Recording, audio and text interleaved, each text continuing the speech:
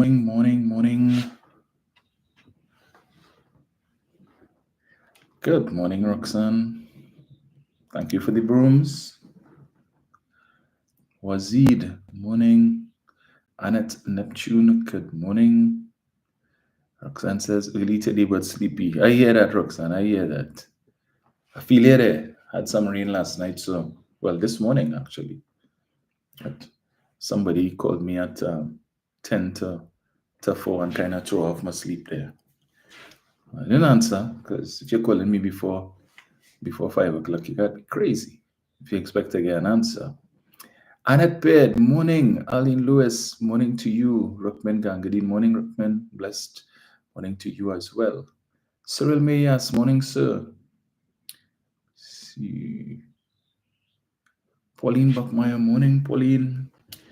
All the way from Florida. I was looking on just now, Pauline, at the effects of Hurricane Milton. So, in some areas, it seems that the damage wasn't as bad as they had predicted, but I guess as the day wears on, we will see. As the sun rises, see they're reporting some deaths would have occurred as a result of tornadoes. So I guess they'll be monitoring that during the course of the day to see how things played out. But good to see that you are safe and well. Shelton Lewis, morning. Lynette Harris, morning to you. Lennox Ramdani, morning, sir. Donna Walcott, morning. You, Danny. Anthony Joseph, morning to all of you guys. Henry Amsterdam, morning. Denise Bramble, good morning to you. Ruben Rogers, morning, sir. Leon Graves, Althea, morning.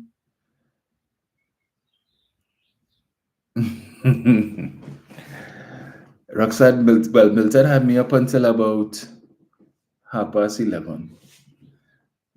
Just a little bit, probably about 11:45. I was looking at Jimmy Kimmel, and then the rain started to fall, and I knocked out. I fell asleep. Yeah. But I was up early, because my sleep was interrupted, to just take a peep just now, because my brother lives in Florida, but he is well, so that is good. But that side, Fort Lauderdale didn't really feel any significant impact other than some rains. Winston Jones, proud to be Trini. Claire Carrington, Mark Sayers, good morning to you guys. Liz Truss Sydney, Merle Durant, Jennifer Ferron, morning. Phyllis Farrell, morning to you. Linda Supreme, Deem Rodney, Natalie F. Ava Harris. What's his name? Marlene Pantin, Marilyn McAllister, Emerson Brown, Priscilla Holder.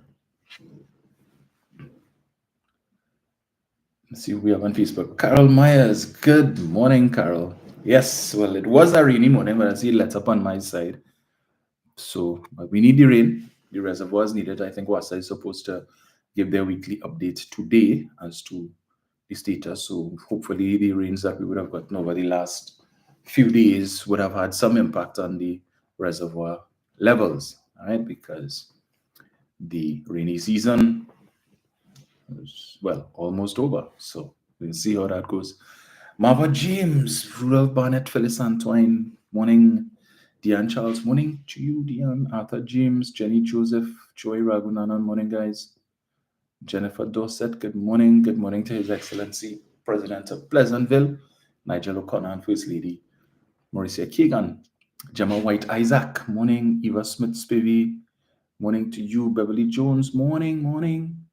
Stephen Martel, morning, sir. John Edwards, Minard Lazare, Shireen Jack, Melka Rock, morning. Alison Boyce, Winston Jones, Adriana Alexis, Joan Austin, morning to all of you all. Pamela O'Connor, Jennifer Nathan, Candice Joseph, Emmeline Harvey, Joan Austin, Annette McConney, morning to all of you. Philomena Collins, Christopher Coffey.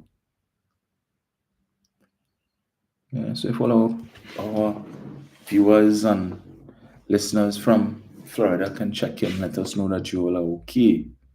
I saw those tornadoes really did a number on some of those areas.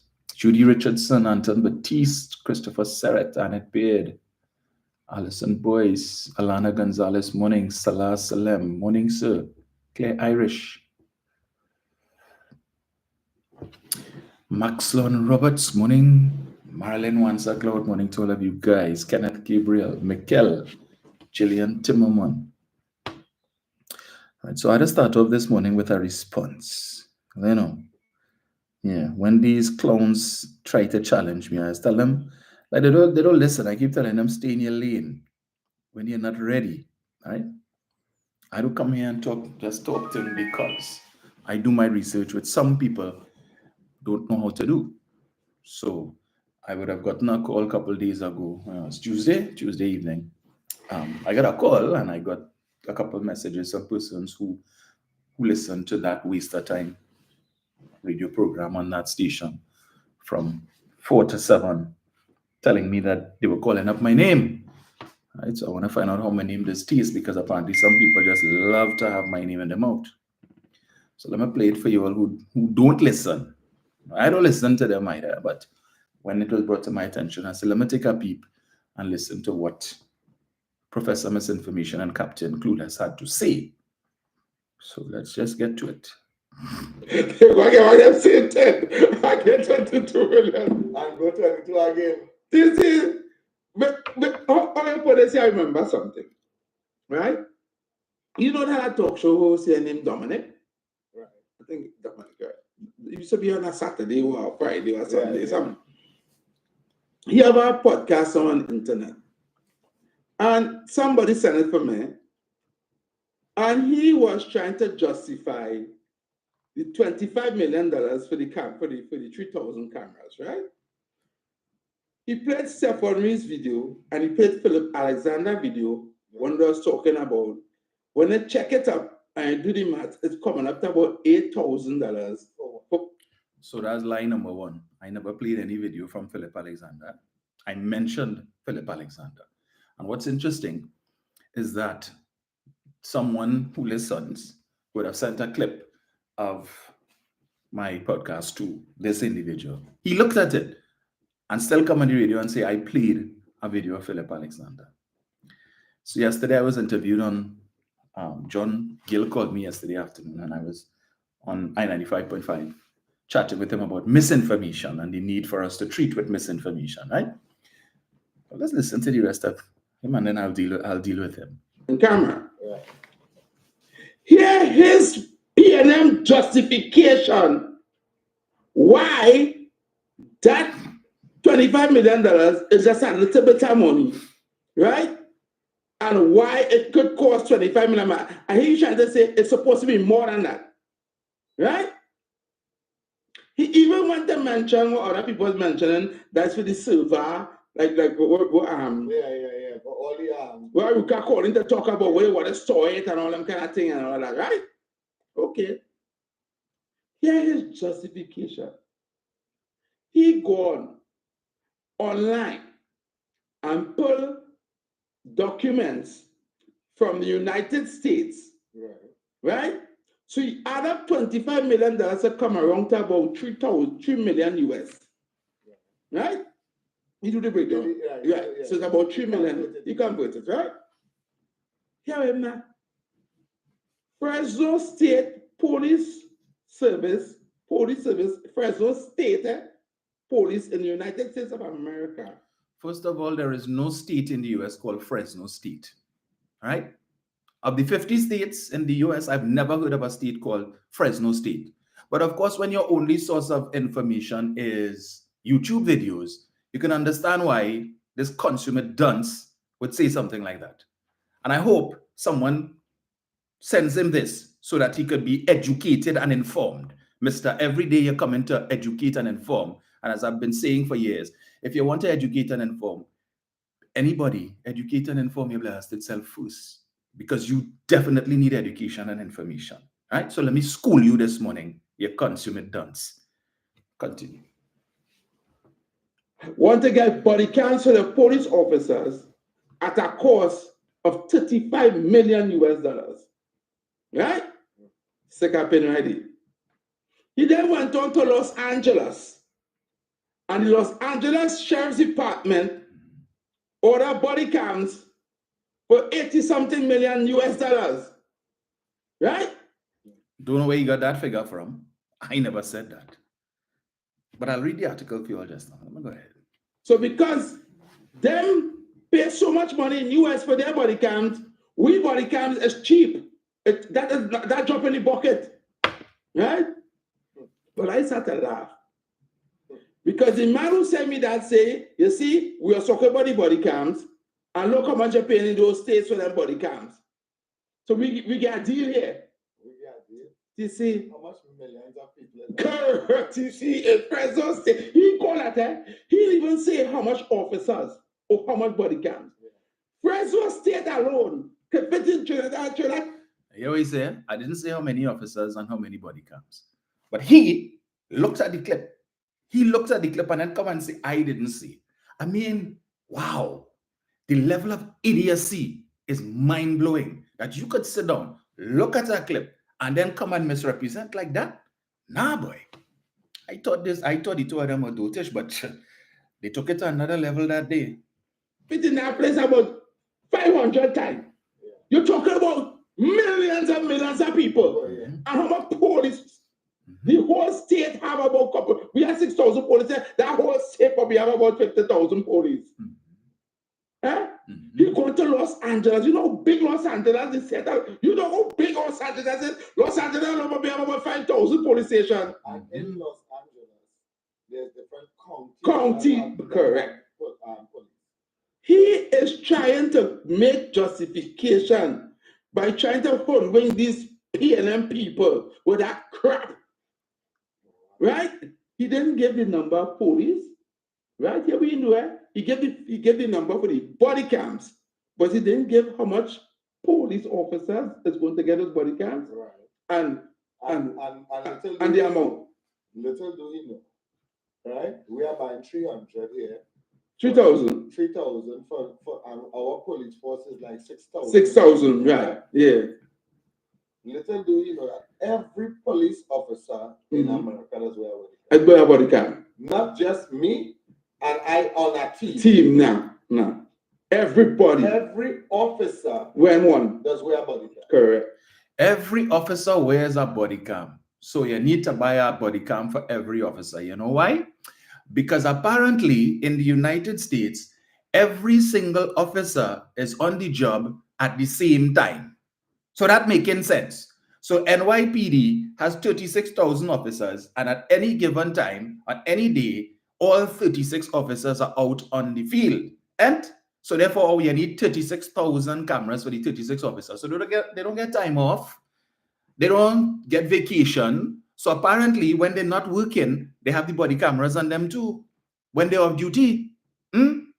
That is the logic of these two people, right? Because I would think, okay, you buy a certain number of cameras and it is used. So it's not that the cameras are assigned to any particular officer, right? So we have the cameras there, but it is only used when officers are on duty. So you store the footage. In the end, when an officer comes off duty, you know, just like when you finish working, you don't go home with the service gun, right? So when you're off duty, come off duty, the gun that you were using, you lodge it back in the station, and whoever coming after you would use the gun. Okay? And there's a record of who had it when. So in the same way, when you come off duty, you lodge the camera in the office, in the station for whoever coming after to use it. But we continue. Let us listen to the logic of Professor Misinformation and Captain. We are not facilitating every officer with a body cam. Why? Why these people why he coming to do that and talking about this is facts? Yeah, facts I bring here to the table. And you skew your facts and then giving misinformation because you've skewed for the song goal. For the people, the dumbest people that say, well, you see? Pick up something and run with it. They play Mr. Killer. Pick up something and run with it. Run. You pick some boys, so see. Anybody's people out there.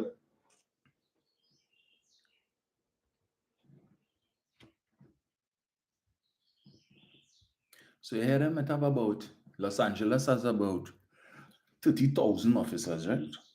Because the size of Los Angeles, how much million of people? Let me help Ole here. Since, as I said, their research is done based on YouTube. So let me get it for them first of all. Let's get it here. Where is it? Here we go. A simple search on Wikipedia. The Los Angeles Police Department, officially known as the City of Los Angeles Police Department, is the primary law enforcement agency of Los Angeles, California. Right? Los Angeles, it is not the law enforcement agency for California, which is the state, right? The city of Los Angeles, just like you have New York. So let's go. With 8,832 officers, not 30,000, not 30,000, according to these two clowns, and 3,000 civilian staff who are not officers. It is the third largest municipal police department in the United States after the New York City Police Department and the Chicago Police Department. So somebody please let these two clowns know that they are not, that the LAPD doesn't have 30,000 officers. It has 8,832 officers. Okay? First thing. So let me reference again the articles that I read to clear up the misinformation of those two clowns. We go in. Let me get it here. Now I should be talking about other things. Contract approved for new body cameras for Fresno Police Department. The contract covers data storage, a records management system, software upgrades, and maintenance. Right? All of these things. So I would assume that that is standard for any body cameras issued to any police service anywhere in the world. A need for data storage, because when there is video footage, it has to be stored in case it needs to be used in the future for reference to an arrest, or if there is a police involved shooting and the police officers are accused of engaging in extrajudicial killings, that the footage could be used to either clear them or to convict. Right? So you need to have that stored. And we know the justice system in this country, the way it runs. So if something happens today, it may be many years before the case is called and dealt with. So we need to make sure that whenever that case is called, if it's 5 years later, 10 years later, that the footage is there to be used, right? And it has to be stored. Records management system, the software upgrades. You had to upgrade, just like when you buy your phone, your cell phone, you had to upgrade everything. If you own a iPhone, all the time is iOS, they're upgrading the iOS every 2 weeks, 3 weeks. Every time you go on your phone is a new upgrade. For what? Fresno, California. The Fresno City Council, not the Fresno State Council. Captain Clueless. Oh, sorry, Professor Misinformation. Fresno is not a state. See, it's a city. Is moving forward with a contract to supply the Fresno Police Department with new body cameras. The $18 million 5-year contract with Axon Enterprises passed unanimously at Thursday's meeting. During the meeting, there was some discussion about how the contract was written and a provision for an automatic renewal. We have 556 cameras that we pay for as we expanded. They allowed us, without going under a new contract, to have about 100 new cameras. Right? She didn't say 1,000, not 15,000. They allowed us, without going under new contract, to have about 100 new cameras. We have been using them free of charge, and now the time has come to square up with them and actually purchase cameras for expansion and pay for what we've actually been using. So they have 556, and now they're going to get an additional 100. So let's do mathematics here, not camera-matics or not Iowa-matics or idiot-matics, right? We're dealing with mathematics. 556 plus 100, 656. Okay? 656 cameras and the $18 million 5-year contract. So multiply 18 million by about 7. That's the first one. Let's go again. Where is it? Just one. Right. Supervisors approve first year of funding for LASD body-worn camera program. Los Angeles, California. The Los Angeles County Board of Supervisors have voted to transfer $25.5 million to the Sheriff's Department for implementation of the new body-worn camera program. The motion was authored by Supervisor Janice Hahn and co-authored by Supervisor Catherine Barger, and will cover the first year of the program at 5 stations across the county as early as October. See the specifics I went into, right? Over the past 4 years, the board has set aside $35 million to purchase body-worn cameras. August 11th, the Los Angeles County Sheriff's Department finalized an agreement with Axon Enterprise, the same Axon who's providing the cameras for Fresno, for enough cameras to equip 5,200 deputies and security officers with the devices over the next 2 years. So, to Professor Misinformation, who says I didn't mention how many officers, for enough cameras to equip 5,200 deputies and security officers. So let me just clarify it for Professor Misinformation. It's not 5,200 deputies and 5,200 security officers, right? I know your peanut brain mightn't be able to understand that. In total, deputies and security officers, the total is 5,200. And so therefore, how many cameras do you need to equip 5,200 deputies? Well, I know in your mathematics, Professor Misinformation, you'd probably tell me you need about 15,000 cameras to equip 5,200 deputies, right? Whether you probably subscribe to Camnomatics.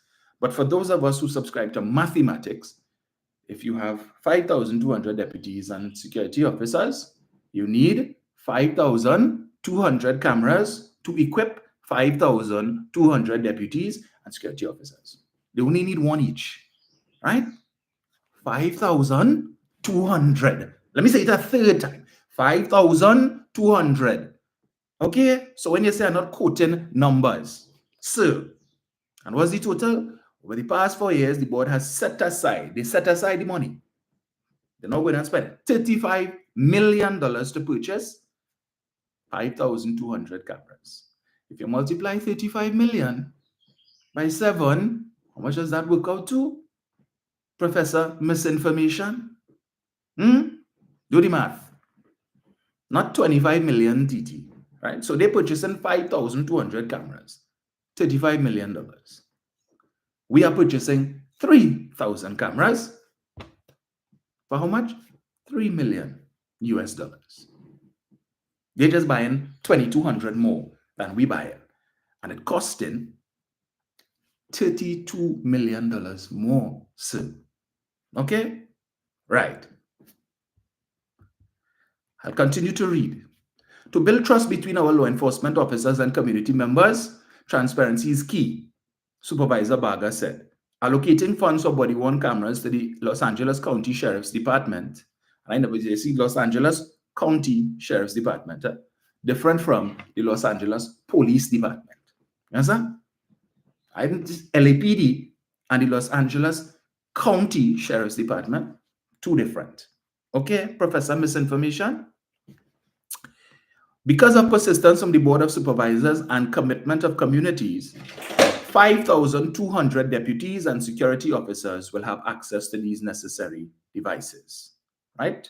So the motion approved today authorizes $25.5 million, which includes $12.3 million in ongoing funding and $13.2 million in one-time funding of the funding set aside to be given to the Sheriff's Department for the first year of the body-worn camera program. This will allow the Sheriff's Department to move forward with implementing the cameras in October, starting with 5 stations: West Hollywood, Lancaster, Lakewood, Industry, and the Century Station. Okay, I hope Professor Misinformation gets that. All right? If he isn't listening now, please, somebody send it to him now. Let's go again. The last one. Winning bid for NYPD body camera contract comes under lobbying attack. A hard-fought bidding war to supply body cameras to the New York Police Department took an aggressive new turn last week when one of the city's top lobbyists began a campaign to sow doubts about the company that won the contract. On Friday, the NYPD announced a tentative plan to work with Seattle-based company VView for the first phase of the department's long-awaited body cam program. The $6.4 million contract to provide 5,000 cameras has the potential to turn into a gold mine if the winning bidder ultimately secures a contract to provide cameras to all of the city's patrol units. Such a contract could be worth an estimated $250 million over 14 years. $250 million US to provide cameras to the 36,000 officers of the NYPD. But this singular contract to provide 5,000 cameras, let me repeat it, 5,000 cameras, Professor Misinformation, is costing $6.4 million US. Okay? 6.4 million to provide 5,000 cameras. Right? In Trinidad, it's costing 3.5 million US to provide the 3,000 cameras. So let me repeat, 6.4 million for 5,000. 5,000, not the full 36,000 NYPD officers, Professor Misinformation. 5,000 cameras costing 6.4 million. Do the math and work out the cost per camera.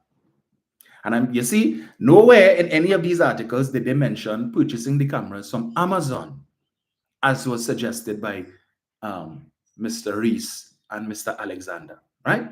And I'm sure you could understand why it do make sense to go and buy 3,000 cameras or 5,000 cameras off of Amazon. Okay? When the department announced that it had selected ViView from more than 50 bidders, one of its chief competitors, Taser International, which saw its stock drop 14% on the news, mobilized a high-priced lobbying effort to undermine the agreement. So all the rest of that is not really important, even except to see. Right, so let me see here. Right, so they could go and do the research other states or whatever it is that you want. But I'm just making that point, right? 5,000 cameras, $6.4 million. 5,200 cameras, 25.5 million out of 35 million. 656 cameras, 18 million. Professor Misinformation. Do with it as you will, all right? But I just keep telling all you, stay in all your lane. You're not ready. When it comes to research, you're not in my league, sir. Okay? I'm sure you're not gonna, well, let's see if it is that he's going to respond. What he has to say. He's gonna come and misrepresent what I said again. Okay? Good. But enough of those two clowns. So another thing that they were talking about prior to what would have jogged his memory to make mention of that was, so Injan Ishmael, another public nuisance, filed a Freedom of Information request on the NLCB to get information on how much money the NLCB would have spent for Carnival 2024. And so he would have started getting some of the information, and he decided to publish this information on his Facebook page. And I think last night on his Breaking Barriers program, he would have made some more revelations about the cost involved with respect to tents and tables and chairs. And listening to these two clowns, Professor Misinformation again was saying, but you don't need tables and chairs for Carnival. Really? You don't need tables and chairs for Carnival. So we don't need, let's put the tables aside for a moment. You don't need chairs for Carnival. So what do the people sit on? Professor Misinformation. What is sitting on the grass? Have you ever been to the North Stand? Have you ever been to the Grandstand? What do you see the people sitting on? Beach chairs? They walk with their own chair? Is that what people are told? Professor Misinformation, when they come in to any show in the Savannah, walk with your chair? So the thousands of chairs in the North Stand and the Grandstand, you don't need that. Okay, well, hopefully he would let NCC know that they're renting chairs in vain, because you don't need chairs. And you don't need tables either. So at the various judging points around Port of Spain, apparently the judges don't need tables. We give them clipboards and they sit down and they judge with the clipboard and a piece of paper on their lap. Yeah, that's how they do it. That's how they do it. So apparently he is not around Port of Spain for Carnival. Right? And then with the the regional carnivals as well, which NCC is also responsible for providing funding to. So it's not just what happens in Port of Spain. There are carnivals taking place, or carnival events taking place outside of Port of Spain, all of the various regional carnivals that are hosted by the regional corporations and so on. And then not just that, you have a number of different village councils and community councils who also get funding from the NCC to host their own little carnival events. For instance, the Maracas Valley Village Council, they have something on Carnival Sunday and Monday, right, which I've had the privilege of judging over the last few years. So the Sunday night, they have their Soca Monarch and Calypso Monarch competition, and they have their Old Mass, and then on Carnival Monday, they have their Juve competition, and money is provided to them as well. So they too require funding for tables and chairs and tents and the like, because the judges don't stand at the side of the road, again with a clipboard and the score sheet and judge. Okay, so you need tables and chairs for the judges there as well, and I would imagine all of the regional carnivals is the same thing. But Mr. Ishmael has decided that he wants to make an issue of this. He wants to know transparency and probity and where the money is spending and all of that. I have no problem with that. I have absolutely no problem with that, because that is what we want. We want transparency in the expenditure of public monies. I'm not going to say taxpayers' money, because it's not only the government's revenue doesn't only come from taxpayers, right? Government has multiple sources of revenue. So I prefer to say public monies. Any money that comes to the government belongs to the members of the public, citizens of Trinidad and Tobago, right? Every last one of them. So Mr. Ishmael is on a crusade to make a case, but I wish he would do, well, he doesn't need to file a Freedom of Information request on the TTPS to tell us how much money he would have gotten in contracts between 2018 to 2021 when his partner was Commissioner of Police. How much money did you get in contracts to fix police cars at your place of business? So, you mind providing us with some of those invoices? Since we are about showing and about transparency and probity now, and persons have always been asking questions, because I know recently he won an award for just over $800,000 with respect to monies that was owed to him by the police, the TTPS, and he hasn't received his monies as yet. And so now I think he went back to the court, I don't know if it's yesterday or day before, to get his money, and he's threatening to levy on the TTPS to go and take table and chairs and furniture, items of furniture and so on, for payment for his $800,000+, right? So I just ask him, you mind sharing with us how much money you got from the state, from the TTPS to fix the cars? Share that with us now. We citizens who don't know and who want to make sure that there was full transparency and probity with respect to those contracts, share that with us.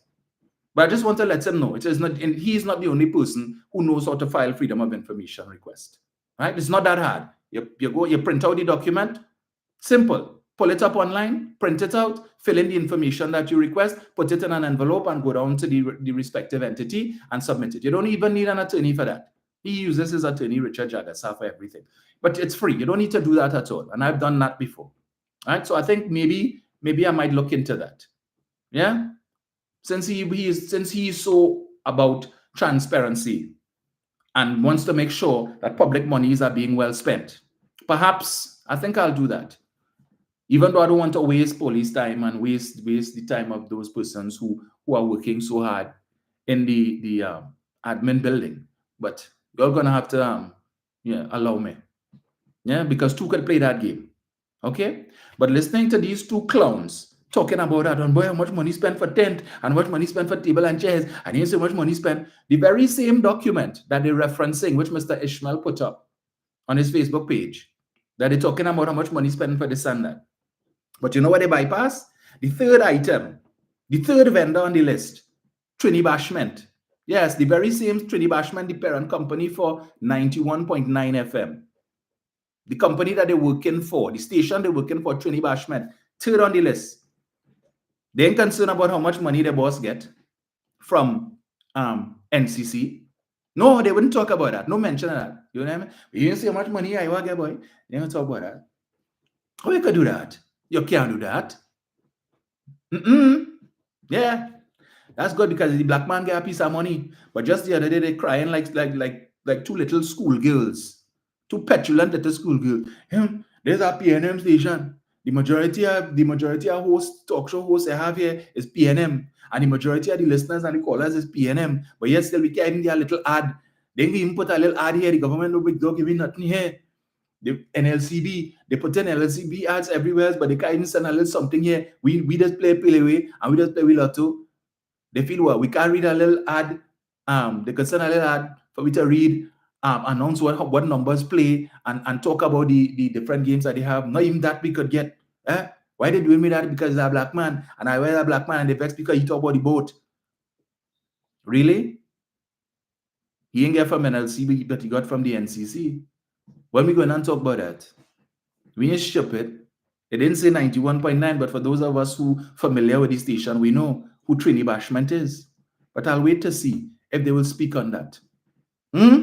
Yeah, all about transparency and probity. The NLCB and NCC spending bad money. But they didn't spend bad money by Trini Bashment. Yeah, because that contributing to paying your salary every month. So that's okay. So whatever amount of money they give you, we have no problem with that. All right. But I too have questions for Mr. Ishmael, right? Let me just read this here. Just on two items. This is a publication on the UNC's page. Well, not a page, the website called unctt.org. Article dated 9th of July 2013. Jack Inshan demanded favors. Not me say so. Ipadna, Jack Warner said so. The issue of a $47 million contract that Jack Warner approved for the Airports Authority was first raised by businessman Inshan Ishmael. On Saturday, as part of his comprehensive statement on the matter, the Works and Transport Minister offered an explanation on why Ishmael has been attacking him, stating that it is part of a personal vendetta. Here is what the minister said. For the past few weeks, Inshan Ishmael, a foreign used car dealer from Bamboo Settlement, has been engaged in a mischievous, hateful, and negative campaign against me in my capacity as Minister of Works and Transport relative to an award of a $47 million contract, and has been imputing misconduct and a corrupt practice on my part. This is Jack Warner speaking here. He has used his television station together with the rest of the electronic and print media to conduct his hate campaign. In my capacity as Minister of Works and Transport, I put the above in the public's domain so that the records can be corrected and the truth be revealed. It is also critical to note that Mr. Inshan Ishmael's hate campaign is one that is motivated by personal vendetta because he could not have had his way with me as Minister of Works and Transport. Prior to all of the above, Mr. Ishmael has had several meetings with my senior staff, including the Permanent Secretary at the Ministry.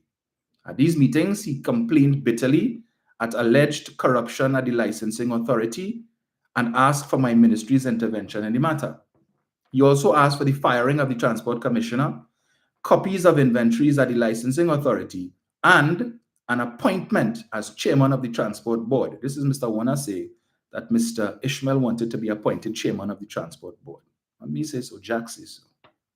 In one of our meetings, he made a presentation of a new facility for the building of bridges and asked that building contracts be awarded to him. Following these meetings, in conjunction with the Transport Commissioner, we held a press conference at the ministry, at which he attended and spoke. I outlined certain measures which we shall be adopting soon to arrest the scourge of corruption at licensing authority. I was then privately approached by Mr. Inshan Ishmael, and I told him that I have no reason or the authority to fire the Transport Commissioner, and I do not share his opinion that it is the way to deal with corruption at the licensing authority. I also informed him that I will not be handing over to him records at the licensing authority, since it is the property of the government of Trinidad and Tobago, and it would be illegal to do so. I further advised that I cannot recommend him to be chairman of the Transport Board or to sit as a member, since this would be a major conflict of interest given the private business in which he is involved. Used car sales. This makes sense.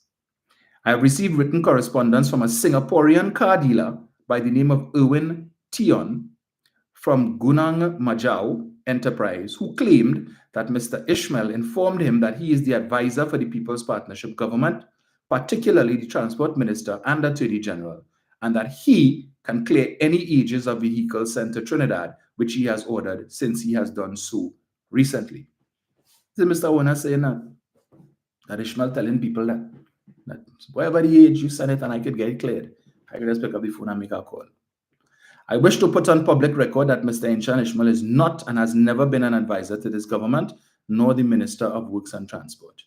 I wish to also assure that the administrative system being put in place at our licensing offices will weed out all alleged corrupt practices by all foreign used car dealers in Trinidad and Tobago. Mr. Ishmael has since turned against me and has been launching an intensive campaign against me. I remain resolute in my thrust to improve the lives of the people of Trinidad and Tobago and will not be deterred by Mr. Ishmael or anyone who might be inclined to pitch stumbling blocks in my way. I will always discharge my duties in accordance with my oath of office and will always work in service of all people of Trinidad and Tobago. I deplore in the strongest possible terms any attempt to impute acts of wrongdoing or corrupt practice on my part. I will discharge my duties to the best of my knowledge and abilities. So says Jack Austin Warner in his capacity as Minister of Works and Transport in 2013, a few months before he would have resigned as Minister, I think, of National Security, as well as and Member of Parliament for Chaguanas West, right? Okay, let's throw that out there. So it seems that Mr. Ishmael has a record, a track record. Let me go again, one more. Let's see if I get it here.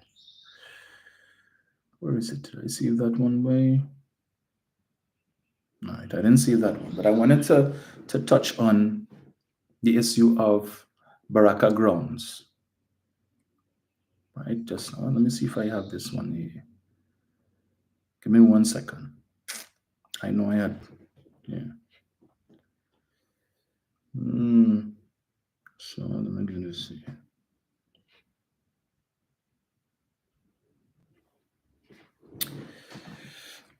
Trinidad Express dated the 8th of March 2015, land for Inshan. This is the Express article, right? I didn't say land for Inshan.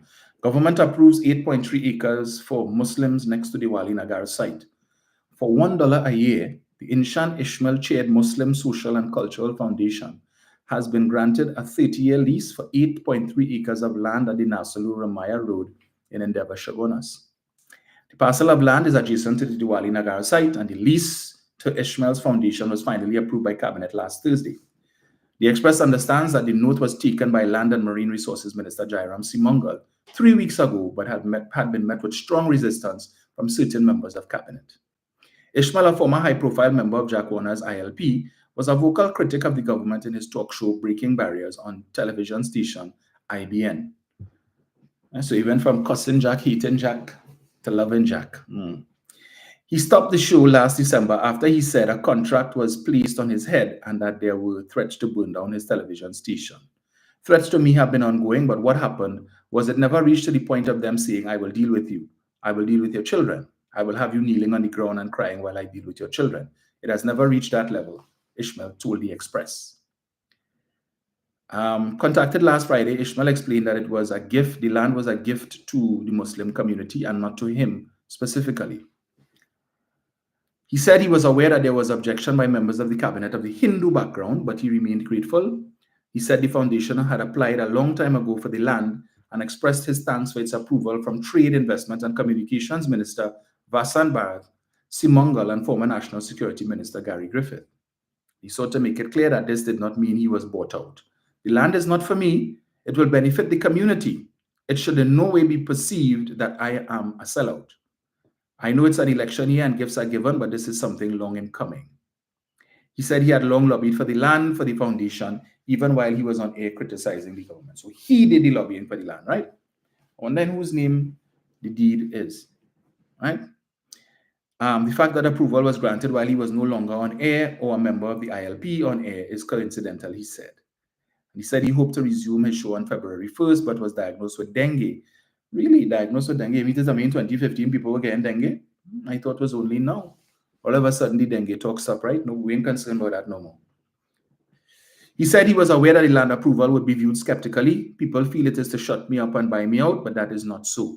He said he would also seek to rent the land out to host events and even political meetings. So the state is in the habit of giving lands to people for $1 a year for 30 years so that you could go and rent out the land and make ton of money and pay $1 a year. He says it's not for him, but the title of the article says land for Inshan. Right? They didn't say land for the Muslim, what's the name of the entity? The Muslim Social and Cultural Foundation. But yet still, right now, what is on those lands? We were told that they were going to build a hospital. So the hospital, while under construction, is the least developed of any of these structures on that land. But what we do know, there's a pavilion there, there's a food court there, and Mr. Ishmael owns at least one of the food establishments there called Grilliant, right? There's also a swimming pool on the premises that I believe is used for commercial purposes to teach people to swim. There is a car wash on the property. There is a plant nursery on the property where you could go and purchase plants and the like. All of these commercial activities taking place on that land. Who is the beneficiary of those monies? And if it is you want to tell me about this Muslim, I'm gonna get the correct name, right? Muslim Social and Cultural Foundation. Who are they? What do they do? All of these monies that this space that was given to this religious entity for the benefit of the Muslim community, who is getting that money, and what is that money being spent on? What is it being spent on? Is it being used to construct the hospital? Because yet still I see from time to time Mr. Ishmael recently when he announced about his health circumstance, where he almost died. I saw he put up a post talking about some dog, and had it not been for the dog, he would not have had cause to visit the hospital, I suppose, where he was advised by the doctor that had he not come in at that time, he would have had about 6 to 12 months to live, and that he would have undergone some serious surgery at a cost of $1.9 million, according to him, right? I mean, $1.9 million in medical bills thus far. So I just asking, so that when you want to do your investigation and freedom of information request, talk about these things too now. Let us know that it was above board, right? Anyway, the debate continues, the budget debate continues in Parliament, and I would have encouraged you guys last time to take in the debate, right? So the substantive debate is almost complete. I think it may have been complete, or probably be wrapped up today if it wasn't already. And then they would go into the Standing Finance Committee stage, where the UNC opposition will have an opportunity to grill every single government ministry on the items that they requested for, all of the line items, and how much money has been allocated. So Mrs. Prasad Bisesa, if she chooses to be present in the Parliament, can put question to the Minister of Finance with respect to the allocation to the Office of the Prime Minister, the 400 million that she asking questions about, as well as the 50 million allocated for entertainment, if she cares to show up and get explanation. But you see, as I mentioned yesterday on I-95 with respect to the misinformation, they will put things out in the public domain and they leave it there. And even they will not see clarity. So she will raise this matter.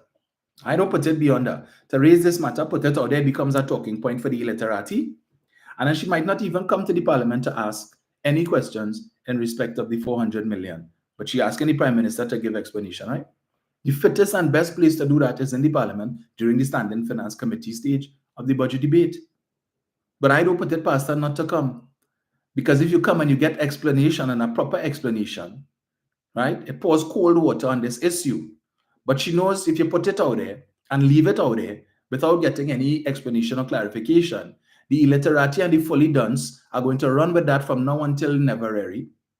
And even if you get a proper explanation, just as the $2.6 billion that they keep saying missing and can't be accounted for, they're still not going to let up on it. They will still be saying that months from now. Even if the Auditor General were to come out right now and say, okay, we were able to go to the central bank, we were able to interrogate the ECCS system, and we are satisfied with respect to the error that took place, the $2.6 billion, there is no missing money, and that matter has been rectified. You will still have months from now the fully dunce and the illiterati saying that money is missing and cannot be accounted for. So that's what they do. They put things out there, and they know that the people, no matter what explanation you give them, no matter what evidence you give them, they're not going to let up. They will continue to parrot that stupidness. So sometimes it don't even make sense to engage these clowns. Right? But just becomes a little bit overbearing at times. So yesterday in the Parliament, the 5 dissidents, Anita Haynes, Rushton Parry, Rai Radbeer, Rodney Charles, well, I didn't really hear nothing from Rodney. Did he even speak in the debate? I don't know. And Dinesh Rambali. Well, I guess they have accepted their fate. They know that Etehano coming back in the parliament under the umbrella of the UNC. So my goodly friends decided to let loose, starting with Mr. Parry, who has indicated that he is prepared to vote with the government on legislation to treat with crime, something that they didn't do before. But Anita Haynes, for those of you who didn't see it, decided to call out her colleague, the Member of Parliament for Princestown, Mr. Barry Padarath, accusing him of being a hypocrite when it comes to the issue of bullying. So I read it here for you. Tabakit MP accuses Padarath of bullying and calls him a hypocrite. These are, y'all think you'll ever see that on the PNM side? You see that on the PNM side? They calling for unity and let us come together. Everything is always, let us come together and come together. Let us come together as a nation. And we're calling on all of the political parties that are opposed to the PNM to come together to get rid of this wicked and evil PNM, this Rowley-led PNM. But you can't even have unity in your own party. All you're cussing each other inside the parliament, outside the parliament, and you're all in the same party. And want to talk about unity? If you can't even run your party, you can't even hold the leadership of your party together, you come in to run the country? If the UNC itself fighting among itself, how are they going to make out if it is that you have an amalgamation of parties as was in the case in 2010? How? The alternative to the PNM is chaos and confusion, but they don't like to hear that. The literati don't like to hear that. We're going. Accusations of bullying have resurfaced in Parliament with a member of opposition boldly claiming that a colleague has utilized the budget debate to do just that. Tabakit MP Anita Haynes-Alleyne, labeled one of 5 dissidents by the UNC, yesterday expressed her dismay over contradictory comments made by Princestown MP Barry Padarath on Monday. While contributing to the budget debate, Padarath referred to the death of student Jaden Lalchan, who ended his life on October 3rd after allegedly being bullied at school. And it was then he said he had also been a victim of bullying in the House of Representatives. According to Haynes-Alleyne, Padarath's actions were hypocritical as he championed Jaden's cause while simultaneously engaging in behavior that contributed to the very issues leading to the boy's tragic death. This has been a very unique debate for me because outside of the regular picong, we have also faced some picong from our own side. And that has been very unique. She added, I sat here and listened as a colleague began a contribution talking about A teams and B teams and ended a contribution talking about a very serious, very important national issue on bullying. But that same colleague spent a lot of time this year talking about who was nobody, who is Nimakaram, etc. So from the beginning of your contribution to the end of a 55-minute contribution, you could find yourself disagreeing with yourself on the things that you have done. You have to understand people are watching. This is not A-team behavior. Haynes-Alleyne also cautioned her UNC colleagues and other MPs against blindly supporting their party's philosophy if it does not advance the development of Trinidad and Tobago.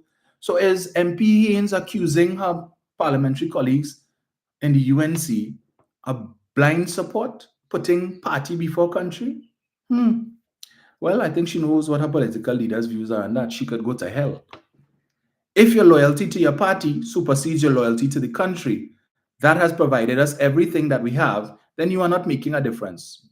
You're not making the difference that you think you're making. And if you do not realize that a political party is merely a vehicle for national development, and if the vehicle you are in is not taking you where you want to go, you can fix it or you can move on. Guardian Media reached out to Padarath for comment, and he remained unapologetic, asserting that Haynes has conflicted bullying with UNC rejection. The member is playing smart with foolishness, which I am certain everyone sees through. Bullying is when members of parliament tell you derogatory things about your family, when they call your children derogatory names, laughing at your clothes and calling it tablecloth, calling males princess. Where was Anita Haynes when all these things were happening, he questioned. Padarath also argued that being called ungrateful is not bullying and took issue with Haynes-Alleyne's reference to Jaden Lalchan. It is shameful that instead of advocating for Jaden and others, Ms. Haynes is trivializing a serious issue in order to score cheap political points while heading toward political obscurity. So he fighting she, and she fighting he. And they telling you, put us in office. We are the best alternative to the PNM. Yes, we have all the answers. You don't even have the answers to deal with your own party. You don't even have the answers to deal with conflict in your own party, but put us in office, yes. But let me just touch quickly on Mr. Padera's definition of bullying. Bullying is when members of parliament tell you derogatory things about your family. Why does the name Enal Roberts come to mind? Why does the name David Nakid come to mind? Why does the name Rudal Munilal come to mind? Talking about who wife horned them with special branch officer. And I will throw in there Kamla Prasad Desessa too, right? Bullying is when they call your children derogatory names. Okay, where have I heard that before? Bullying is laughing at your clothes. Who does be saying calling Faris Al-Rawi tight pants? Who is it that calls Stuart Young small pin? And we know what that is in reference to, but that's not bullying. Barry, you don't hear when your colleagues saying that. Who refers to the Minister of Education as Bubbles? Who has been going around claiming that the Minister of Education is involved in an extramarital affair with Foster Cummins and the Prime Minister? What you call that, Barry? Who accused or made the claim that the former President Paula May Weeks used to make political appointments based on pom-pom politics, basically insinuating that the former president was a lesbian? But you have an issue, but you saying here, bullying is calling males princess. I wonder Barry? So when your colleague going on Douglas politics or doubles and coffee and doing and saying these things, which you have basically defined here as bullying, but you launch a whole anti-bullying campaign. You ever talk to Enal to ask him about that? The example that he set in, when it is that your colleague Nakid referred to the former president as an insipid. What was that? I wasn't bullying. I just asking. So every time talking about small pin and small pin, when it is that when Rishi Sukai was made a senator and the same Enal Roberts did his Douglas politics and spoke about and was speaking to the issue of Mr. Sukai's appointment and talking about when he was looking at Mr. Sukai and he find he looking a little shifty and he walking a kind of how, and he looking a little. What was that? So you upset, you are saying bullying is calling males princess, but when it is your colleague from the Senate was making such allegations, when it is you all had your big launch in Center of Excellence, Jack is back, and Mr. Warner went up on the podium and referred to the Minister of Public Utilities, Marvin Gonzalez, as she. And pretended as if it was a mistake. He, she, all you know how to stutter and thing, so he, she. What was that? Was that bullying? You have an issue with being called princess, but you were sitting in the audience and when Jack, oh gosh, Jack is something else, But you had a whole anti-bullying campaign. But if it is a student, because from my understanding, young Jaden, who unfortunately took his life, reference was made to his sexuality as well because he was perhaps very, I don't know, delicate, he wasn't rough and tumble. I don't want to call him a nerd, but from what they said, he was kind of the nerdy type and so on, right? And those terms were used. So you would be opposed to other students referring to Jaden, his sexuality, suggesting that he's a homosexual. But it is okay for you to sit down in an audience and clap a man who is making the same allegation or claim about the Minister of Public Utilities. So you didn't have an issue when that happened, but you have an issue, right? You who launched a whole anti-bullying campaign. We're supposed to take you all seriously. But we see what is happening now. All of these guys, Paré talking, Rai Ragbir talking, right? So all of them, they know their political career in the UNC is over. But they're making saying some little things that could have some people concerned, right? So for instance, Ms. Haynes would have mentioned, I think in this same article, let me see if I get it here. Not my last budget. Meanwhile, Haynes Allen addressed speculation about her future in Parliament, stating, "No, I do not believe this will be my last budget contribution. You do not know what time will hold. Nobody here can say what will happen and how it will happen. But when I enter the political landscape, I did so with the one underlying principle that I would do my best to save Trinidad and Tobago." Right? So there's some people who interpret that to mean that perhaps she will offer herself to the PNM to run for the Tabaquite seat. I don't know. But there is a concern. Mr. Rai Ragbir, he would have uttered similar sentiments with respect to his future in the parliament. In fact, he said, this is my quintessential or penultimate, budget unless the prime minister has other ideas or something to that effect. Right? So I don't know. But, we'll see. But needless to say, they're talking. All of a sudden now. All of a sudden. So let me get this here.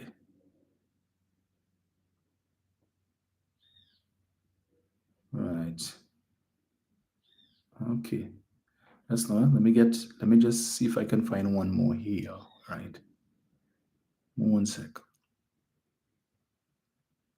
No. Yes.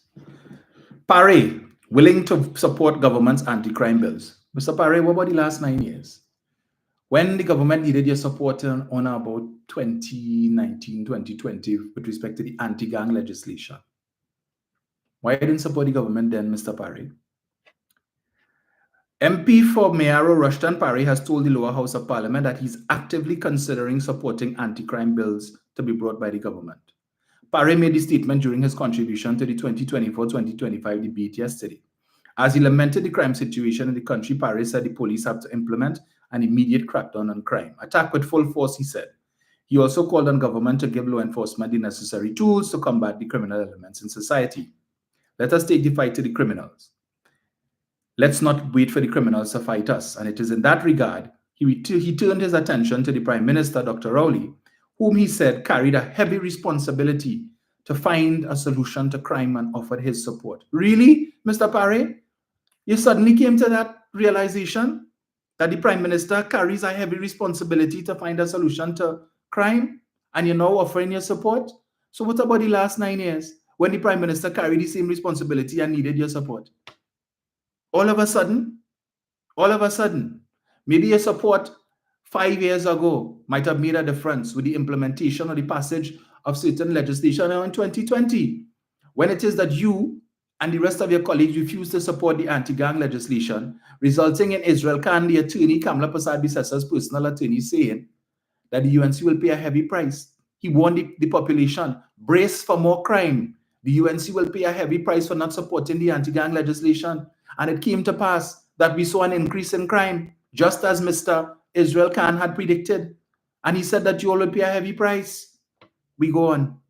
I am prepared to work beyond any line, anyone, to grant the Prime Minister the authority that he needs to provide our protective institutions with the legislative tools that are required to combat crime.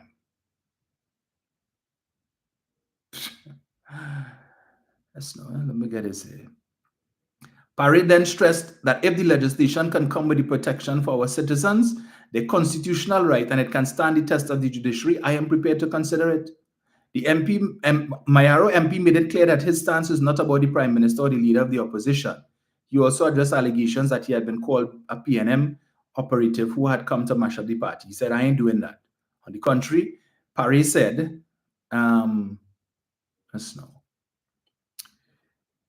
Paré said he considered himself lucky to be alive and that his family has not been directly affected by crime. And you see what I don't want for you and for your family, I don't want for mine. As he made his stance clear, Paré said that he was willing to put aside partisan politics in order to save lives. And this may very well be my swan song, let the chips fall where they may. So he realizes that his political career is all but over under the UNC. And so he had nothing to lose by breaking with the chief whip or breaking ranks and supporting the government. All of a sudden now the scales have fallen off his eyes. Now that he realized the UNC he's not going to be running, he will not be the UNC's candidate for Mayaro in the next election. So all the gloves are off now. Let me come and support the government. Let me give the government the support that it needs, the vote that it needs to pass critical legislation, so that they don't have to come and water down the legislation to remove the 3/5 majority that they would have required to pass the legislation. Let me now be a civic-minded individual and give the government the support. You see why these people can't... You all understand what's really going on here? For 9 years, you're opposed. And all of a sudden now you realize the Prime Minister has a heavy burden on his shoulder to deal with crime. All the time when they're begging, when they wanted to pass the anti-gang legislation, the the Attorney General all but went down on his knees and begged, all you support the thing now. Support. We're not saying that this legislation should we're not looking to lock up first-time offenders. It's the repeat offenders, the people who committing gun crimes, coming before the court, getting bail, and then going back out and repeating the crimes and showing that they are beyond help, right? That they are menace to society. These are the people that we want to put behind bars. Support us, please. Nah, forget that. The chief whip say, the political leaders say we voted no. We don't care how good the legislation is. We don't care the impact that it could have, the positive impact it could have on fighting crime. We're not supporting that. Salt. And Champa say, all in charge. And Munilal told you all in 2015, all in charge. Well, come with any legislation that requires opposition support and see if you will get it. Only God could help all you. Because on this side, you ain't getting no support. And for 9 years, they stuck to that. Even when civil society, even when the chambers of commerce, the police service telling them, support the legislation. We ain't budging. But today, all of a sudden, Mr. Parry ready to support, Anita ready to support, Rai ready to support. Well, and I think Dinesh might be ready to support too. I know about Rodney Charles. Those critical votes that were needed over the last 4 years. And they sit down there. No, abstain. No, abstain. All of a sudden, they're ready. But put them in office. They have the country's best interest at heart, right? Held this country to ransom, the citizens and the safety of the citizens to ransom. For what? To play cheap politics, because you figure when the crime figures go up, that is something you could use to win the election. We're going again. I'm going to cover this one quick. So, I'm going to see what's the time there. All right. Where is it? Just now. Right. So let me get this here.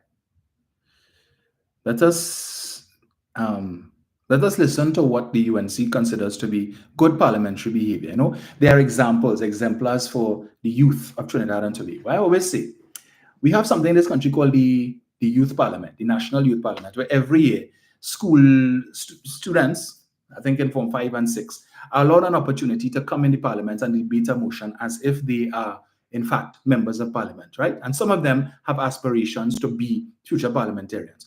I tell you, we underestimate the potential of our young people, right? Those who are doing the right thing, those who aren't the bullies and who are inclined to fighting, but those who go to school and do what you're supposed to do in school. So 2 days ago, St. Mary's College had a post-budget event, right? Where they had Mariano Brown, Dr. Marlene Natz, Monty Pemberton, Minister Alison West, Minister Paula Gopi-Skoon, Indira Sajiwan Ali, and what else? I think that was it. And the questions that these young people asked, because they invited, it wasn't just St. Mary's College students, they invited students from other secondary schools, far and wide, to send representatives. And when it reached the question stage, I mean, I was blown away. I was so impressed with the type of questions that these young people were asking. Intellectual stuff, no trivial thing. It shows that they did their research and they understand. They want to know how the budget is going to impact their future. They're asking questions with respect to the country's debt profile. They're asking questions about these things with respect. A young lady came up. She asked a question about Trinidad and Tobago's support for Venezuela and the gas deals that we're doing with Venezuela, and how does that square with the government's moral responsibility to support Guyana with respect to the border dispute between Guyana and Trinidad and Tobago. So when we think that these young people are not interested in the politics and they're not observant, they're very observant. They are aware. They're more informed than half of these clowns out here who come on social media to ask questions and to make comments, some of the most dotish and illiterate questions. But the future of Trinidad and Tobago in the hands of these young people is bright. It's bright, and I commend all of them. And in fact, every one of the panelists were impressed with the questions and made that point. Very, very impressed with the questions that were being posed. Right? Unlike these fools, questions that you hear some of them ask, if they were in that same thing anyway. But kudos to these young people, right? But listen to the Member of Parliament from Maruga Tableland as she shows these young people who might have aspirations of being in the next youth parliament, which I think is supposed to come up next month or something, so if it hasn't gone already. So if it is they're looking at the budget debate and they're trying to get ideas on how do you debate, this is what Michelle Benjamin told. This is the example Michelle is giving them. The Minister of Finance came to promise a highway, Madam Speaker. Madam Speaker, a highway again, Madam Speaker. Madam Speaker, and I am tempted to use the words of Princess Margaret, Madam Speaker.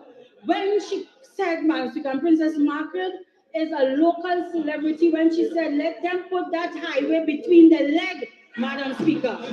Madam Speaker, let me...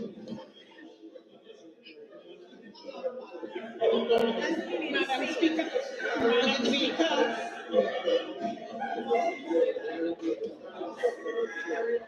Madam Speaker, my time. I just want you to be very careful with where you're going with that. Yes, okay? Madam Speaker. The Minister of Finance came to... Then I put a highway between the legs. This is the Parliament. This is not the Monday night forum. This is not your waste of time, 1/4 questions on the morning press conference. Right? This is not the pavement report or Douglas politics or doubles and coffee. This is the hallowed halls of the Parliament. This is the chamber, the parliamentary chamber where laws are made. And that is the type of behavior, gutter rat behavior that she saw fit. Right? I am sure she sat down home and preparing her presentation and came up with that and good. I'll go in and drop that one on them. Right? Premeditated. You thought about doing that and then come in the Parliament and expected what? Well, the response that she got from her colleagues. Yeah. You know what's the sad part about that? Is that the woman who made that statement, right? That statement was made in reference to Kamla Persad-Bissessar in respect to the Point Fortin highway, right? When the lady did that and she was being interviewed and she said Kamla could take the highway and put it between her legs. And you come to the Parliament to repeat a statement, a denigrating statement that was directed towards your political leader. And all you're laughing, land pong in the desk, beside yourselves. You can't help yourself. Oh, that was so funny. Yeah, give Michelle a clap for that. Right. But you all didn't find it funny when it was directed to your political leader, right? Where it originated, and you even referenced the person who said it to make it even worse. But aside from the fact that Michelle is the green verbs queen, when you listen to her speak sometime, I mean, yeah, she should refrain from making any parliamentary contribution. Just the only thing you should say in Parliament is yes, no, or abstain.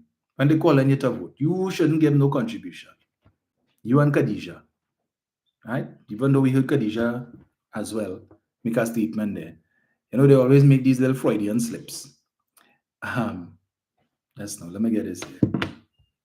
Speaker, the future of our children is not safe with this People's Partnership government. So What? What did you say? Madam Speaker, the future of our children is not safe with this People's Partnership government. Got that right. Come on, who said that? You know, sometimes in an attempt to prove a point and to be so desperate, people will make all kinds of go to the lowest. And to say the future of our children is not safe with the People's Partnership government. I hope the honourable member remember what it is she said. The future of our children is not safe with this People's Partnership government.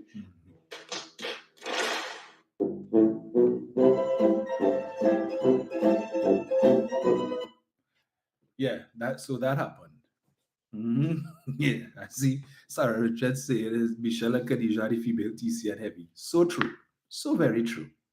This is the comedy of errors taking place in the parliament and such an important debate. Well, I know it's going to get a little more heated, but just one more thing I want to touch on, right? One more. Bear with me before I open the lines because it's already almost 8 o'clock. Right. Where is he?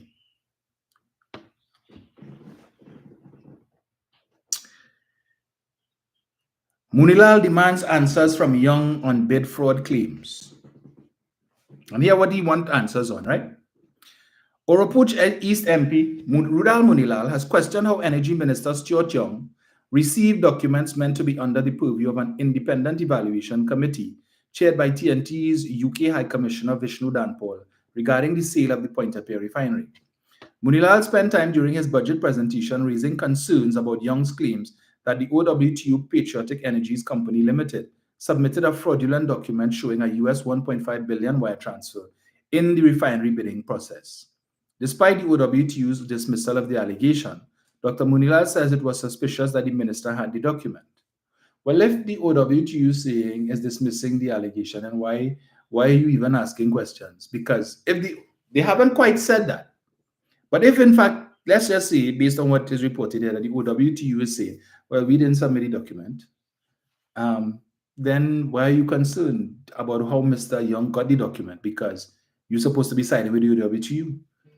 Because if Mr. Young's document is not legit, then it doesn't matter how he got it, because it means it would never have been in the possession of the Independent Evaluation Committee. But I continue. How did the minister get wind of a wire transfer involving an impartial and independent evaluation committee?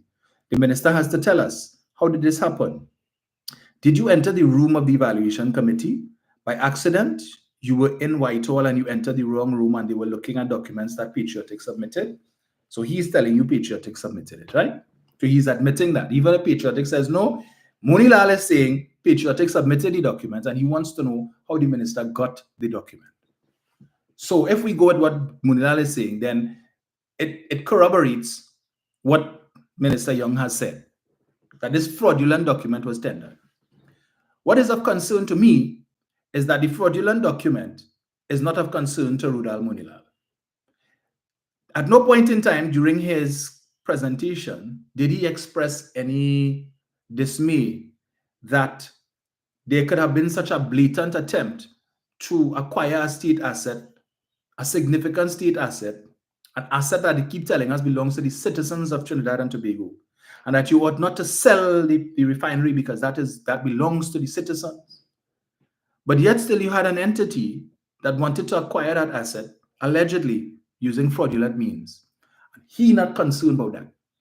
He is not asking any questions of the OWTU. He doesn't want to know if it's true or not.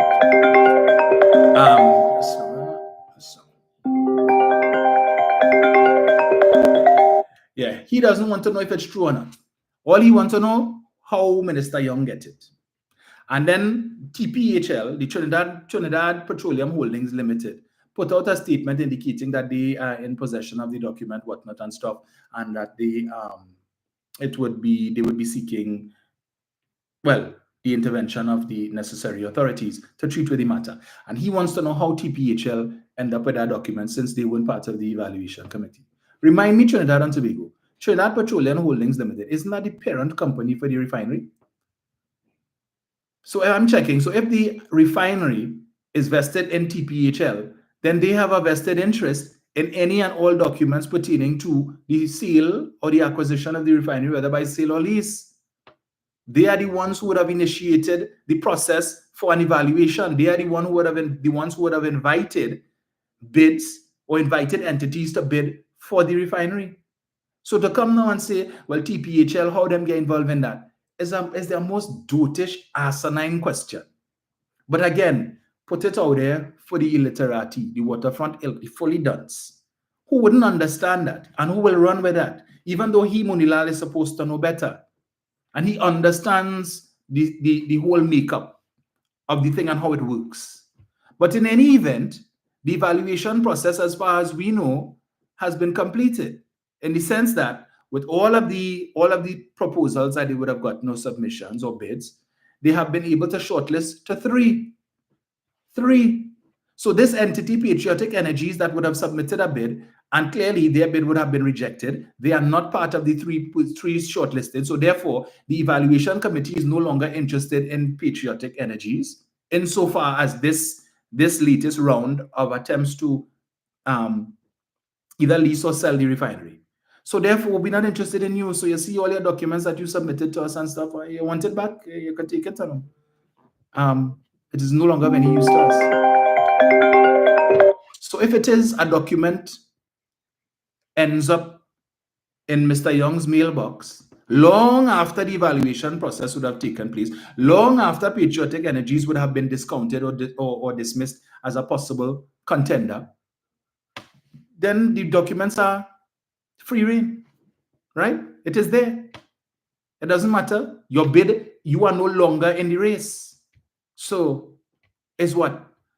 But this is the same man who, a few years ago, in 2017, I believe it was, came to the parliament to tell us about another wire transfer where he claimed 500,000 US was wired to some bank account belonging to Dr. Rowley, some joint account that he had with the owner of Baby Drilling in Miami, and that he, Munilal, went to Miami and did his research and investigations and so on.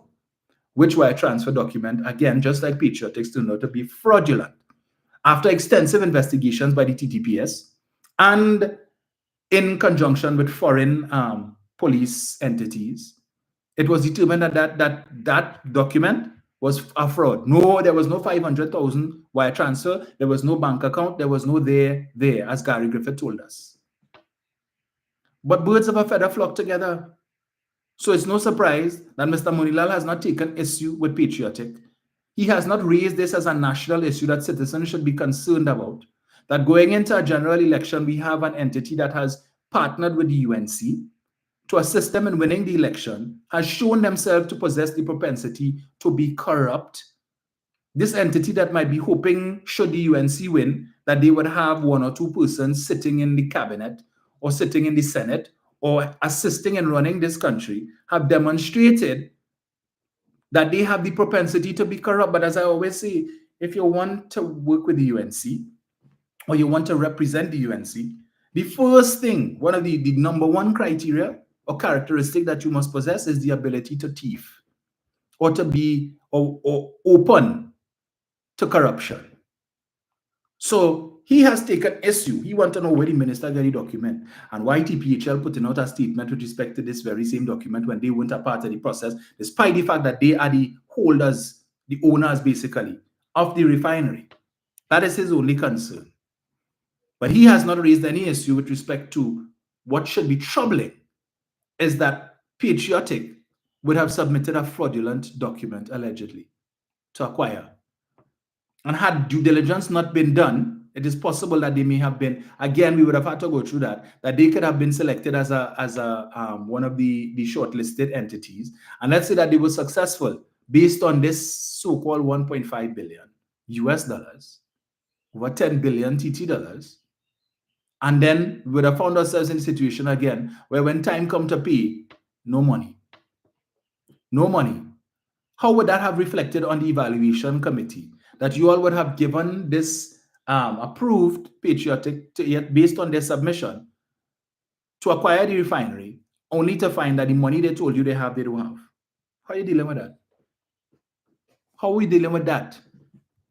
Due diligence is important. And UOWTU continues to maintain playing smart with foolishness. So Roger held a press conference a couple days ago, and then he says, well, we did not submit any document to that the minister is referring to the evaluation, the cabinet appointed or so evaluation committee prior to the 3rd or after the 3rd of August or some nonsense. So you're playing smart with foolishness in terms of the timeline. So we didn't give it to this committee, but there was something else in place before this committee, and it was probably submitted to them. But the committee that had the final say, we didn't get them nothing. And we're just supposed to forget that. And he's saying that document is irrelevant. Yeah, it may have been submitted, but subsequent to that, we submitted other things. So don't study that now. We found a new, since we submitted that, we found a new financier. So we're not going with that financier anymore because so forget them. Then we deal with this. Forget that we submitted a fraudulent document, which we ought to know was fraudulent. Because if somebody tell me they're wiring a 1.5 billion US dollars to my account, bet your bottom dollar I go in and check. I want to see what 1.5 billion dollars in my account looks like. And you would have had to inform the bank well beforehand that you are expecting 1.5 billion US dollars coming into your account. Because no bank is going to accept that kind of money coming from abroad without the relevant documentation. So they know what this is. And some of you all will know that. Just if you transfer money, wire money, or not transfer, yes, transfer money from your account to somebody else's account in a certain amount, if you send a little $30,000 or $40,000 to somebody's account, directly they're seeing it come from your account and it went to somebody else's account using online banking. The person receiving the money, the bank sending them email or calling them to tell them they need to come in and fill out a source of funds for that amount of money. Well, we want to know where this money coming from. You need to bring documentary evidence to support what this money is for a little $40,000-$50,000 TT. So you're telling me 1.5 billion US, you expecting that to come into your account, and it did not occur to you to go and tell the bank anything to expect this money? Can you show us where you went to the bank and told them to expect that? Because you know, you're supposed to know what is the procedure that the bank would want to know about that. Before it even goes into your account, they're not going to put it there and then call you. From the time that money hit the SWIFT system in the bank, they're contacting you. What is about? We need to know what this is about before we approve it and put it into your account and give you access to it. And if you can't account for it, it's going back. We're rejecting it and send it back. That didn't happen. So you weren't concerned about that. And even in the face of that, you still tendered this document that turned out to be fraudulent. But Munilal not concerned about that. He concerned about how Stuart Young get the document and how TPHL community document, why it is TPHL involving themselves in that. So he come to bat for the OWTU and Roger, right? Because they figure they need the support of the trade union. And at this point in time, since Roger seems to be firmly ensconced in Kamala bosom, we don't want him to move from there until after the election. Whatever little gains we could get from that, we're taking it. Because they could be the chance to see that the trade union movement is on their side. Right? That's what they're looking for. So we should be concerned that this is somebody who has aspirations of being a minister of government in the next, after the election. And he has no problems in dealing with persons who have demonstrated clearly the propensity to be corrupt to the hilt. And that kind of corruption, we're talking here of 10 million US or 15 million. We're talking 1.5 billion US, over 10 billion TT dollars. That is mass. Anybody else would have probably been in handcuffs already. But he not concerned about that. His political leader not concerned about that. And seemingly nobody else on that side. But Anita Haynes spoke yesterday. And if you're putting party before country, you have it wrong. But vote for them. Yeah, they are corruption busters. We are against corruption. We stand against corruption. And we will expose any corruption of this government, but only this government. Anybody else, forget that. We're not interested. We ain't interested in that. Take note. And of course, the fully done supporters can't defend that. So they won't come and pivot and talk other nonsense. Like in the case of that thing I just played for you there with Michelle Benjamin. And when you read the comments under that, yeah then, well, I agree with Michelle and Rowley say about women are like golf courses and all kind of things. If Rowley could say things like that, why she can't say that? Is any wonder why didn't they mess that there in? Yeah, but support them, put them in office. I also make the point, we are in October. It has been 1 year since the Minister of Housing brought to the attention of the public during last year's budget debate that an audit conducted by KPMG, I think it is, revealed $800 million in ghost housing. The money cannot be found. The houses cannot be found. It is put in the public domain, in the parliament, in the full glare of the leader of the opposition and the member of parliament for Oropouche East, Rudal Munilal, who was Minister of Housing when these houses were supposed to have been built. To date, Mr. Munilal has not spoken to that issue. 1 year later, Another budget debate, and he has not spoken to that issue. His leader has not spoken to that issue. The woman who was in charge of HDC at the time, Julian John, has not spoken to that issue. So to hell with the citizens of this country who want answers as to where that 800 million gone, or where can we find the houses. They don't care. They owe you no explanation. But he wants explanation for $65 million to finish the Mosquito Creek section of the highway and where the crack took place or whatever it is, right? He wants answers for that. 65 million. But we are whole year now waiting for answers with respect to $800 million in ghost houses. And he has chosen to remain silent. He has nothing to say on that. This is a man who, whenever claims are made against him, he quick to jump up and talk. 1 year later, not one blasted word. 800 million. The supporters, the fully dons, have nothing to say about that. It was a front page story on one of the newspapers, so they can't say they didn't see it. Not one word have they said on that, right? But we were back with 100 million from A.B. Jillian. We were back with 100 million. The $26,000 that they spent to order something to do with the scrap iron industry. And this company that do exist, we were back in 26,000 US, but the $800 million, you're not interested in that. How many houses that could have built? Road could have paved. How many schools? How they complain about the state of the schools and the state of the schools. How many schools could have been repaired? Probably every single one could have been repaired with that 800 million that we can't find any houses. But they have nothing to say about that. You think Professor Misinformation and Captain Dutish will speak on that? No, they have nothing to say about that. But coming to tell me about how much money he spent on tent and tables and chairs. Miss me with all your BS. 770-1763. Good morning to Earl Toussaint. Charles Corbin. Morning. No integrity. Absolutely. Donna Walcott. Anne-Marie Montique. Morning to you, Anne-Marie. All right, so let me get this here.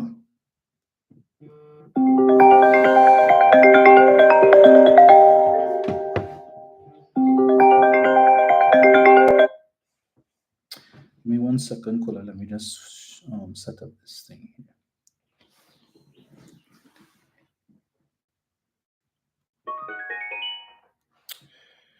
Hello, good morning. Hello. Good morning, Dom. How are you? I am good. Amazing, amazing, amazing.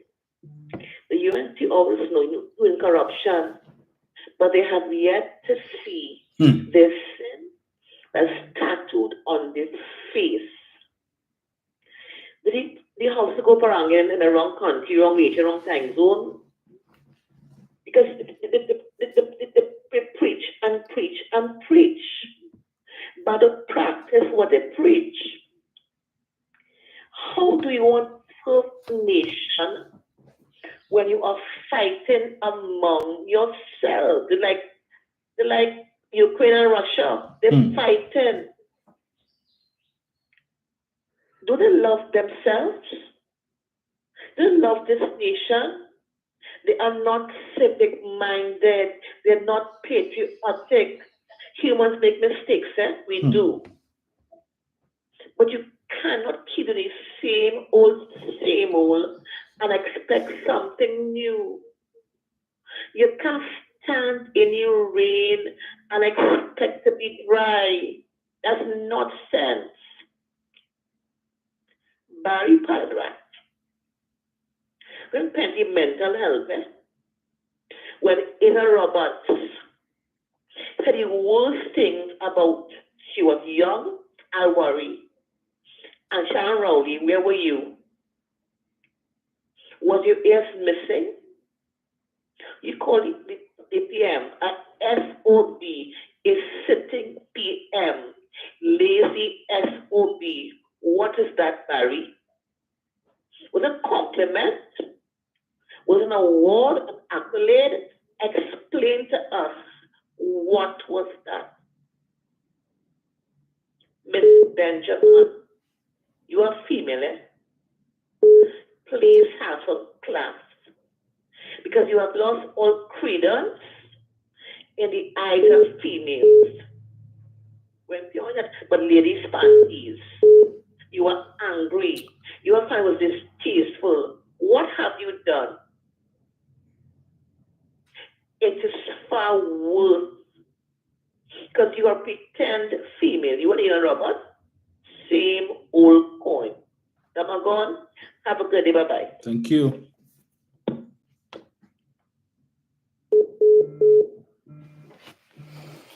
Indeed, the president SWWT refused 10%, which was offered to him by the Ministry of Finance in 2020, just before the election, because he thought UNC was going to win the election. Now the workers striking for their monies. So says Annette McConney. Yes, and I saw that the port workers have gone back out to work, but we are hearing that there is likely to be some fallout from that, nevertheless, in respect to increased prices. Jenny. Hello.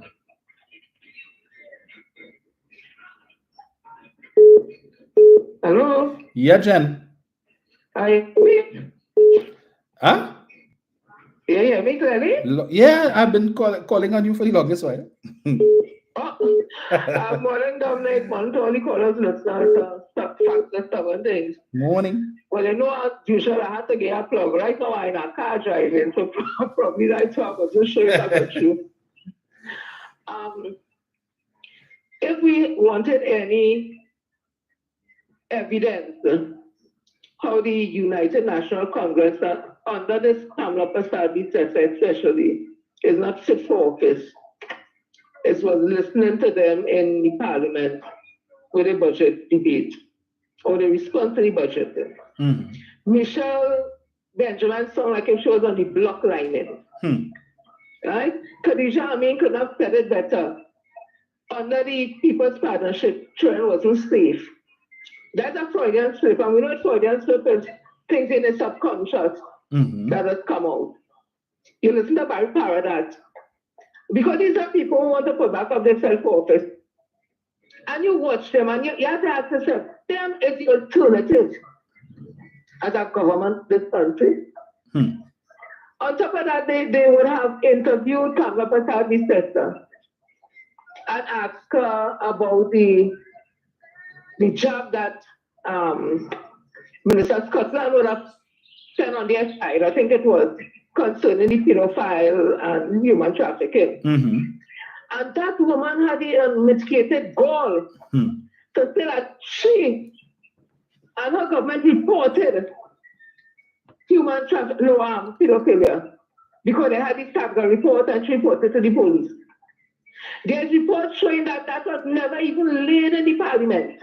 Kamla Prasad-Bissessar never did nothing with it. In fact, we heard they tried to sanitize the whole report. That report only came to light 25 years later when Dr. Rowley and they had it with the Dole report when two boys would have run away from one of the homes. And it was mentioned that there's a Sabga report. And he said, if there's anything in there that people could be jailed, let the police deal with it. And coming out of that, that was just about 2 or 3 years ago. Somebody was jailed because one of the persons who would have testified as a child that he would have been abused sexually at the home, he came back and he gave evidence. And the person was working at St. Anne's Hospital and was locked up. The woman even said, anybody ever come out in the open and report about human trafficking in the UNC? Dr. Deborah Maharaj came out. He said that there's human trafficking and some high official in the UNC involved in it. He said he was propositioned by prostitutes. Bassam Barat said the same thing. And he came and Dr. Deborah Maharaj came and signed an affidavit stating that fact. Nobody never come out in the open and say that. And she sounds weak. She sounds pathetic. She sounds incoherent. She seemed to be the twin of Donald Trump. When you look at Donald Trump behavior and you look at Kamla Prasad-Bissessar, it's the same thing. Tell big outrageous lie, and people say, nah, that had to be the truth. And that's what the UNC does, tell big outrageous lies. And it started with Vanilla Allen Sopin. And it has continued to this day, because based on that, they have labeled Dr. Keith Christopher Rowley as a pedophile. When right there, in the UNC, you could state that people, you could class them as pedophiles. Based on what you see, nobody counselor, as you were talking about it. What was he doing a 15-year-old boy? Mm-hmm. Wasn't that grooming and that is not a part of pedophilia? Human trafficking. Isn't human trafficking element so it's a pedophilia also?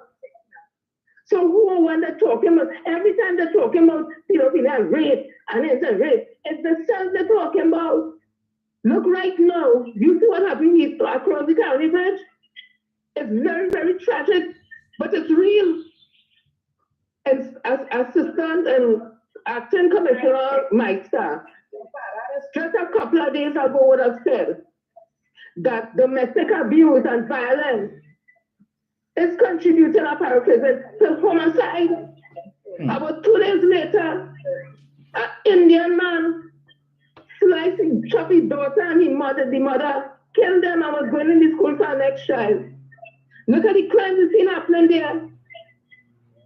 Why they're not fixing in their communities? Because research was done that suicide is 3 times higher in the Indian community. Domestic abuse is high in the Indian community. Kamala Kasabi says, and they living across here. Why they don't have the constituents? She hold on to Jada, and yes, that is nice. But that bring back memory of Andrea Barrett. Anybody that's going to check on Andrea Barrett's father, security man going? All the things they promised, they ever do it? No, today she needs people funeral. Crying and carrying on. And she will bring a bill for Jada. You know, bring a bill for Andrea. Stop using people's emotion and the pain as a weapon for a political agenda. Kamala Kasabi says in the UNC. Because when people are hurting, they must look for help anywhere. And they might think that you're genuine in the things you're doing, and you're not genuine. And finally, I want to say again, St. Stephen's College failed Jada. The principal failed Jada. The teachers failed Jada. Other students failed Jada. I will even go so far to say, in my opinion, that parents failed because you can't tell me for 4 years your child going through bullying in a school. 4 years, you know. Did you try to get him removed from the school? But they wouldn't like to hear the hard truth, you know. The teachers who have followed Jada home because they thought he would have been attacked or whatever it is. And then a couple of days after, he committed suicide. Why didn't carry the child to the police station and call his parents and make a report there? In fact, why didn't put the child in your car? What did you do at St. Stephen's? Because a couple of months ago, when the Indian child was quoting rape, hate speech, we spoke about it, and St. Stephen's College said nothing for 1 month. They didn't come out and make nothing, they didn't say anything. And this child was in his uniform, and other children taping him and spouting hate speech.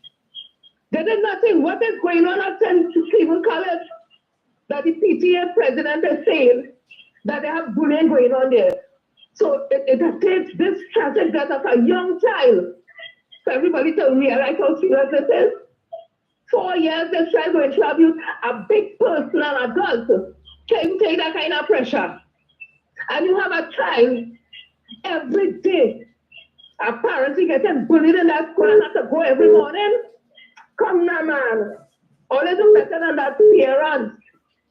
Look out better for the children. They're getting bullied, report it. Find out some other children what's going on in their life. Check the school back, check the book, check who is their friends. We don't want more Jadans because there are children out there who are hurting. And they're sending signals to us non-verbal and we're ignoring it. Let us do better. Let us be better. Know the assignment 2025. Public, thank you so much. Thank you, Jen.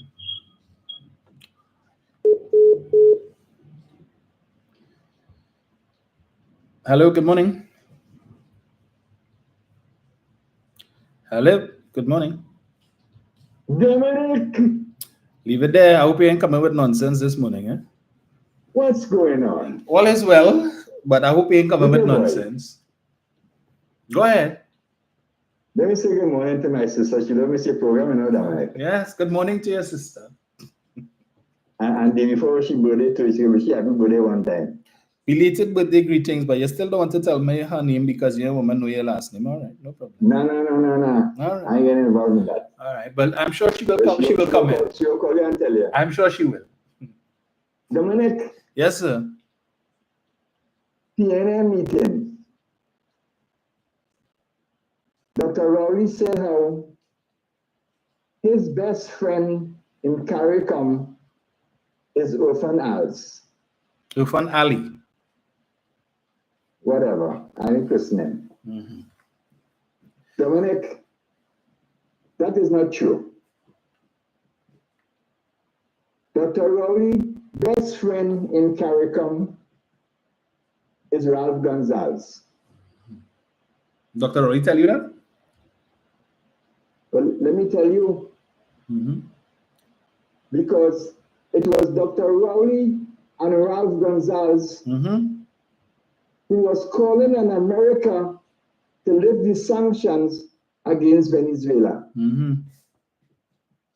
It was Dr. Rowley and Ralph Gonzalez who was calling on America to allow Maduro to attend the Summit of America meeting in Qatar.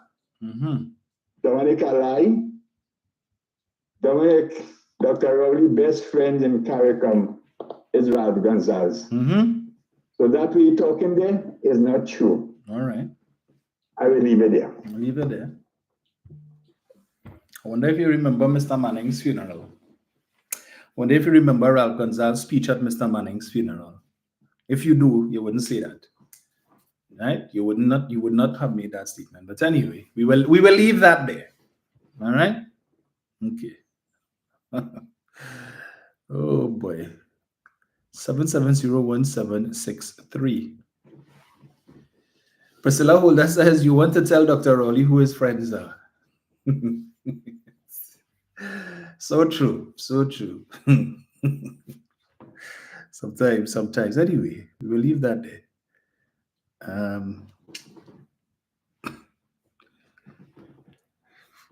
Anand says Milton didn't get leave there. Oh gosh, Nadia Dixon is saying how he reached out Mr. Gonzalez's case now. You see, leave it there now. There are people calling. Yeah, people calling for you to be banned.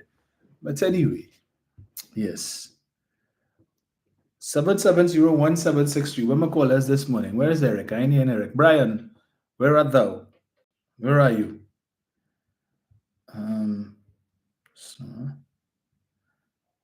Right. Roxanne says, time to block this fool. Oh Lord. Leave it there, it really rub people the wrong way though. But anyway. Yes, they said this point this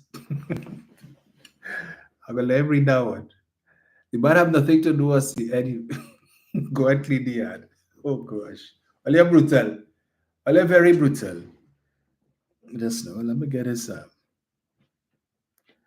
So again, to all of the folks who listen to us from Florida, let us know. Let's say I feel I've had to do that too. Let us know what your situation is. Shuin says meaning he has one this one keeps nitpicking at Dr. Rowley. Maybe one of these days he will tell me Dr. Rowley teeth is white fowl. Hello, good morning. Hello. Hello, morning. Good morning. I don't usually call programs, but I really need to call the desk because it's something I'm passionate about. Yes. And I know the country is passionate about it. And I listen to Sister Jenny, I listen to her all the time. I love her contributions. I learn a lot. But I don't know how to start with this because I don't want to reveal who I am. Okay. Listen. One of the things that struck me with the parent when she had the interview, in fact, I didn't see the interview. A friend called me and told me to look at the interview because she knows my profession. She called me and said, look at the interview. So I looked at the interview. And one of the things that struck me is when the mother said that child was bullied 4 years. Yes. And when you check it, that school would not have had physical school for until 2.5 years, because we have COVID, they had shift system, Right. and in 2.5 years, they actually went back out to school.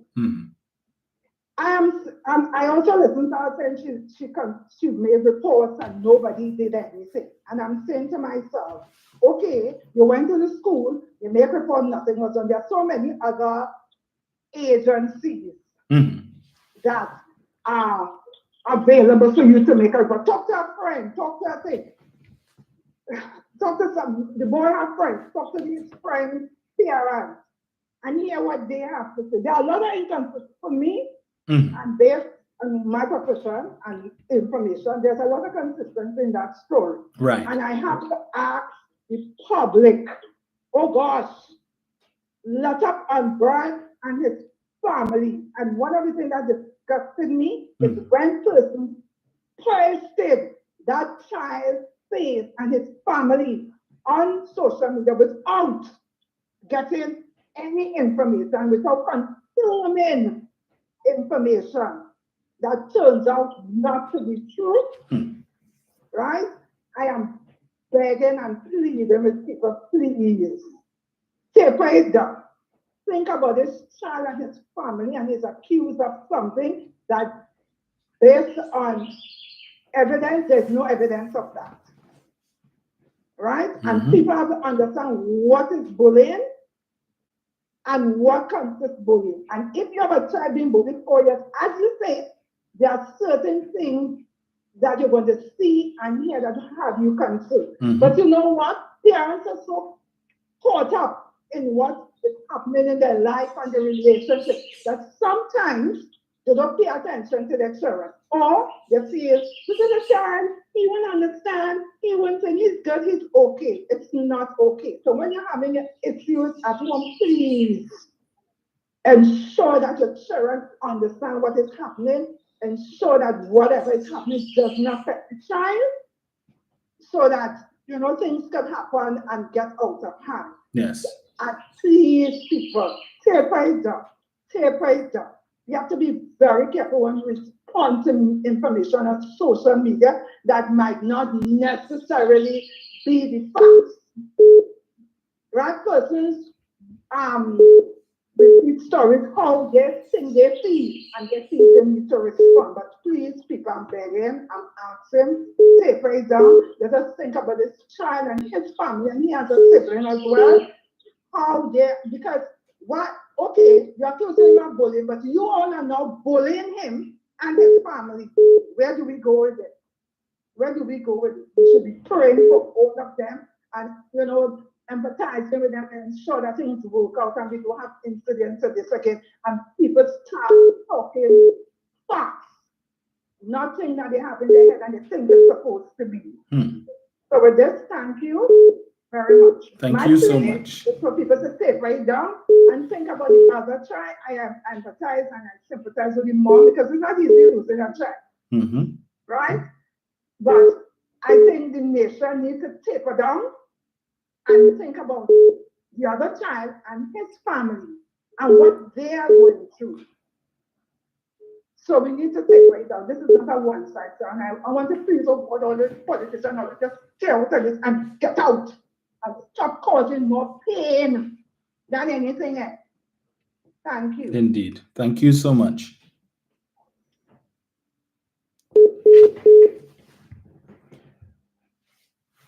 Yes, so this has been a very emotive topic and issue, right? And I mean, I've seen the pictures and so on of the alleged bully, and it is brutal. Some of the comments, some people saying they would do to him if they, you know, but there is still to be confirmation. In fact, hello, good morning.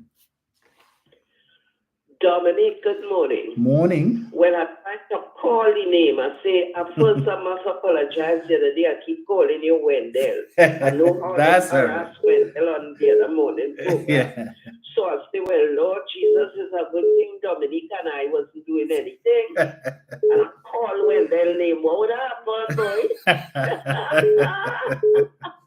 Anyhow, let us leave it there. You just go to sleep, you eat, you wake, you have your breakfast.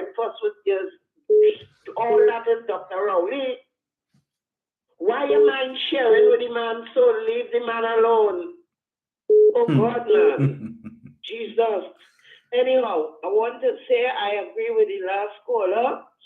And people have to be careful because if we look at sharp now, it turned out to be a second one with the way they're going on with this other young man. So let's leave it alone now. Let the authorities do what they have to do and take its course. And according to Jenny, good morning. I want to agree with Jenny. This, if the parents knew, it went on too long. You understand?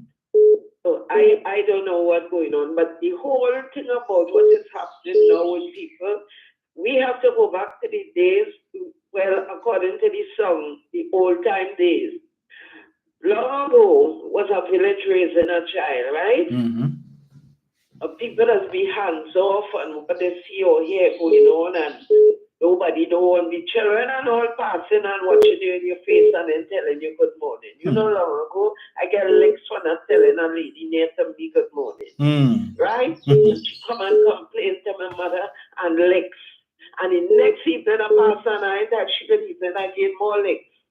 So I have to say good evening. So I just trying to show you.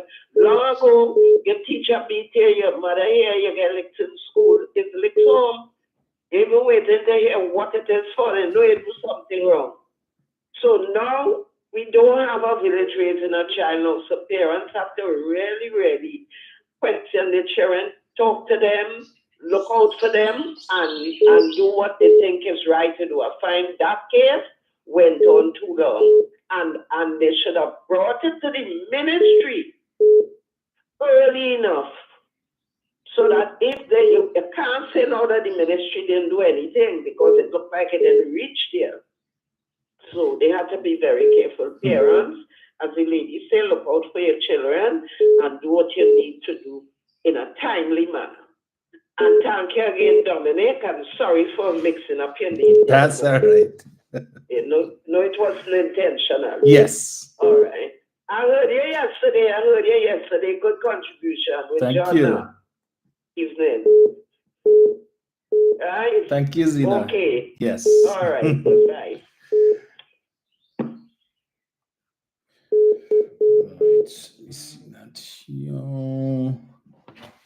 And it says long ago villagers were not sexually abusing children. Nowadays that is happening. Right, so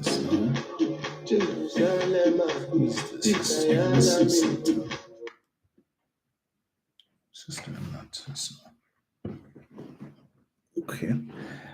Hello, good morning.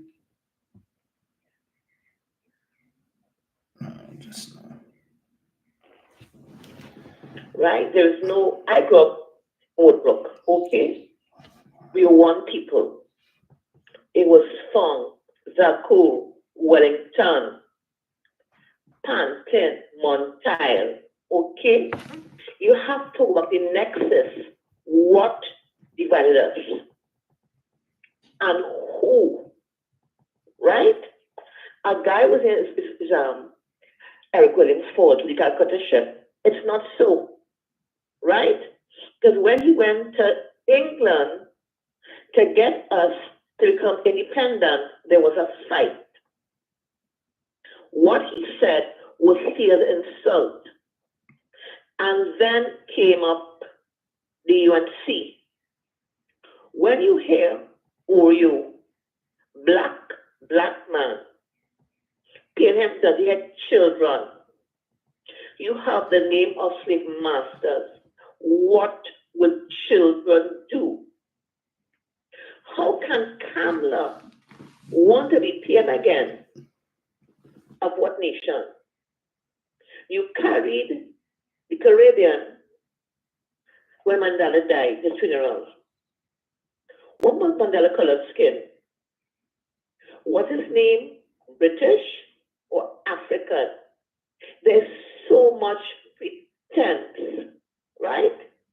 Stuart Young, acting Prime Minister, UNC angry. Negro people act as an African party. What do you want in this land? Find a mine and make it up. Dom, you cannot make me hate, you know. You can't make me sin. You cannot make me teach. It's a personal choice. Crime is on the person. Bullying is on the person. Little boy use the N-word, okay?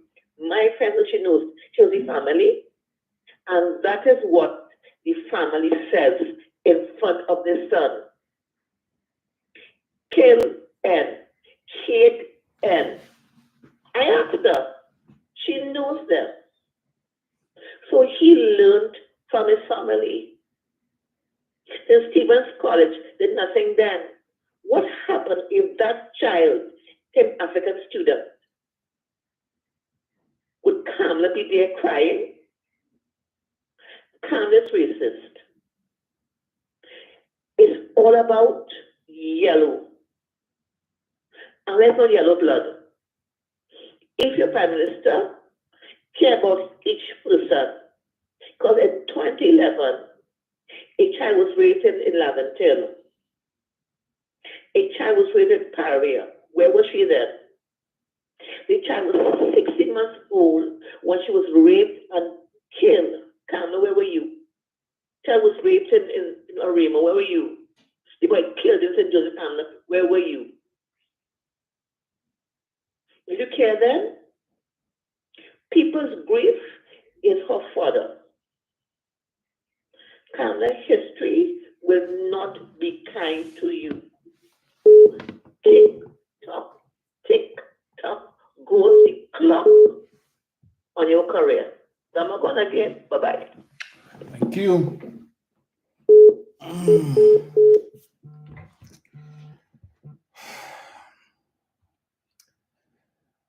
Hello, good morning.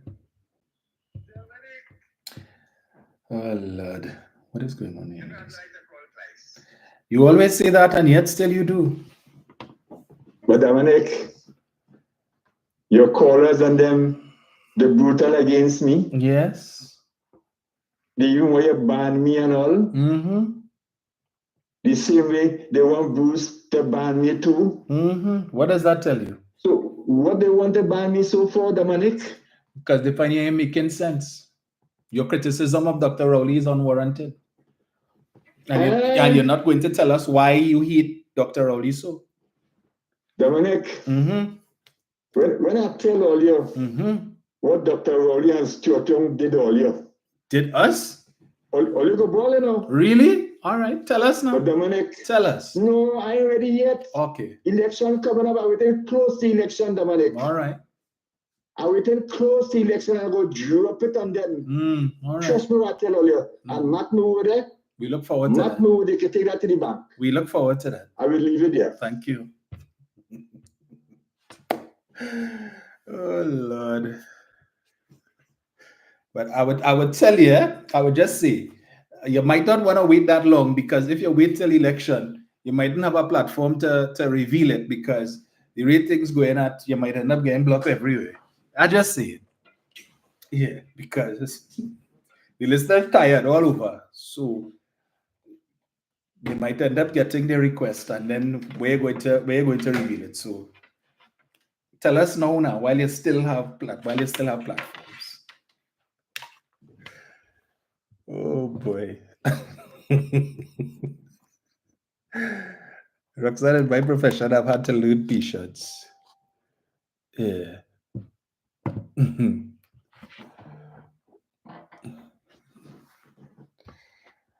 It's not been easy, but yeah, I've had to learn patience. Melinda Lavan said that is the new Munilal Basin mark. Promising, they were promising fireworks, and all we get is a firecracker. Come now, man. Don't do me that. Don't do me that. 7701763. Let me see here. Snow, right. So I saw yesterday during the budget debate, you know the process, how it goes. The government, somebody from the government would speak, then somebody from the opposition would speak, then somebody from the government speaks, opposition speaks, and it keeps going like that. You all remember a couple of years ago, budget debate collapsed because after somebody on the government side spoke, there was nobody to speak on the opposition side, and the debate was wound up, and then they vexed with the Minister of Finance because you had some opposition persons in the precincts of the parliament, but you weren't in the chamber. We expect them to do? Send the marshal to go and call you and say, hey, it's your turn. Who come into debate? So yesterday it seemed they had a similar situation where so for over 4 hours or in the space of about 4 hours, you had nobody from the opposition speaking. So it was just government government MP after government MP was debating, and every time, so the speaker had to say, so nobody from the opposition wishes to speak. And there were persons in the chamber, but I think those who were present had already spoken. And 2 years ago or so when it happened, or 2 or 3 years ago when it happened, you would recall, the argument of the opposition was that that they felt that there was nothing to respond to from certain speakers. And they said, well, Lisa Morris Julian spoke and things, so we didn't want to waste any of our speakers to respond to her or to respond to the member for Sangre Grande or whatever. So they were waiting for the hard hitters, certain government, other ministers to speak, right? So it's a strategy that they're pulling. But so far, from what I've heard, nothing of substance. I saw a clip of the member of parliament for Arima having to pull up Khadija Amin, who made the claim that the People's Partnership would have repealed the Property Tax Act. And the minister says to them, who? When did you all do that? When did you do that? So, let me see if I get it here. Hold on. So, when they like to lie. January 1st, 2010. And it was subsequent to that. All that time was in government. It was the PNM was in government, and they proclaimed the Property Tax Act. And it was when they were voted out, and a Kamala Prasad successor government came, we repealed the Property Act. Sorry. Say what again? Say what again? I dare you. I double dare you. One more goddamn time. It was when the member for Siparia became prime minister that the UNC government got rid of that onerous PNM Property Tax Act, and we will do it again after the next general election. Oh, really? And then property tax. I really want the honorable member, because I'm prepared to sit down. I want you to tell me when the UNC repealed the property tax. When I'm sitting down, one of all you get up and say it, on your repeal no property tax. Yes, I gave way, nobody ain't get up. Call your repeal no property tax. Now, you all know Penny don't normally get on bad like that, right? So she had to Lego Sambwa on Khadija for talking rubbish, because you come in to say that you all repeal the Property Tax Act, but then in 2013, the $11.625 million man in his budget presentation announced that the property tax would be returned on a phase basis. That you would start with, I think, the business community and then come down to residential. And then shortly thereafter, somebody in the hierarchy got a call from the business community and telling us, you see that? Deal with that. Pull that back from a place, right? Or they want to start the business community. First of all, we're not in favor of property tax. And then come and talk about business community first. All you want to see how no money you get $0 and 0 cents financing for the election. Be able to sell from a place. And the next thing, you hear the minister, the $11.625 million man come and say, well, yeah, what now? After consultation with the business community, we realize we need to pull back on that. That's early. We don't need to do that right now. It could damage the economy. Really? Really. But Keith Rowley wants to make the rich richer. Remember, as Rowley said, that nothing wrong with the rich getting richer. But Keith Rowley wants to pay his property tax. Coleman Bird wants to pay his property. I'm sure they paid their property tax because they would have had to meet the deadline. Because how could it be that you expect the wider citizenry to meet the original deadline of September 30th and you won't pay yours? And I'm pretty sure Dr. Rowley's property tax valuation would have been higher than the average citizen who was lining up. Pretty sure that. Pretty sure of that. As is Mr. Imbut. Everybody know much property, Mr. Imbut. All of them, the fully done. They know that. But anyway. Hello, good morning. Hello, good morning. Hi, morning. Right, I'm an ardent listener to your program. Welcome. I always enjoy the narrative. Thank you. And I agree too. But this morning I want to speak about a different matter. I'm interested in being on the stock exchange, purchasing stock, but I want to know how to go about it. Right. Can I call you off air? Yeah, after sure. the program? Sure, no problem. Okay, thank you so much. All right, you're welcome. Bye-bye. Bye. Yes, so they were complaining about the property tax and so on. She come in. You see, liars, coming in the parliament. The problem I have is that when they don't realize when you lie and say these things in parliament, it is recorded on Hansard. So even though you withdraw the statement, the fact is it is still going to be recorded on Hansard forever and ever. It's going to be on the record. So forever and ever on Hansard record, you will hear Michelle Benjamin telling the Minister of Finance to take the highway to Moruga and put it between his legs. It's going to be there for future parliamentarians to see that they're doing research and to read that. That conduct is recorded for posterity. But you will only get a nastiness coming across from that side of the aisle. Right? And how they're fighting now like cats and dogs. So you have the exiles, the 5 exiles now talking and pulling up in the parliament, pulling up their colleagues. The same bench. So when they're talking, you're hearing desk thumping, the government thumping them, the 5 of them thumping, but the others sit down there like wooden judges in a Ramgood session. No cohesion. None. But put them back into office. Yeah, they have the solution to Trinidad and Tobago's problems, and that is the ideal party to take us forward. But fighting like cat and dog amongst themselves, but preaching unity.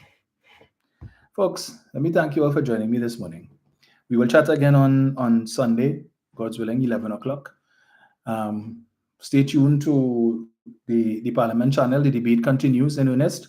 I imagine they'll probably wrap up by today or tomorrow for the latest, and then they'll go into the Standing Finance Committee phase where we will get all of the granular details with respect to individual expenditures.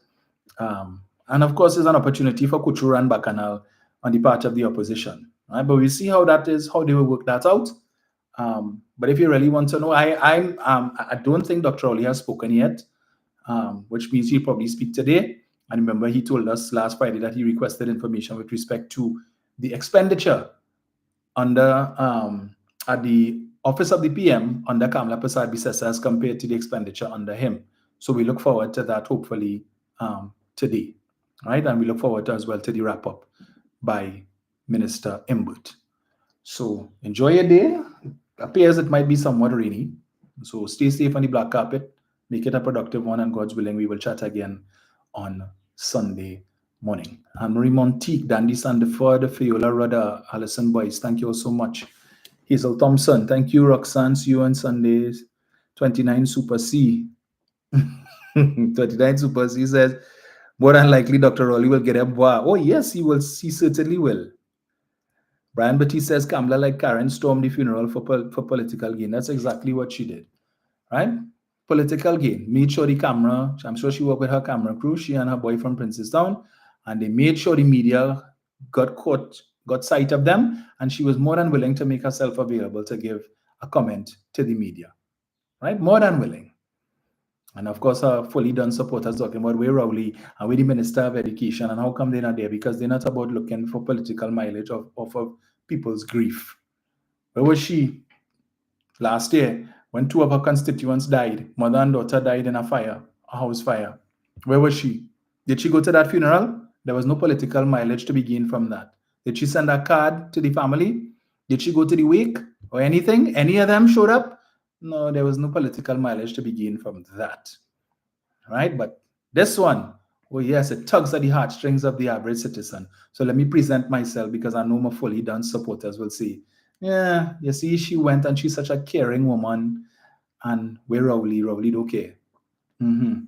Rowley cared, because he realized that that was a moment for the family, right? Not for him to go there and for all eyes to be on him and to interrupt what otherwise should have been a solemn moment for family. But she don't care about that.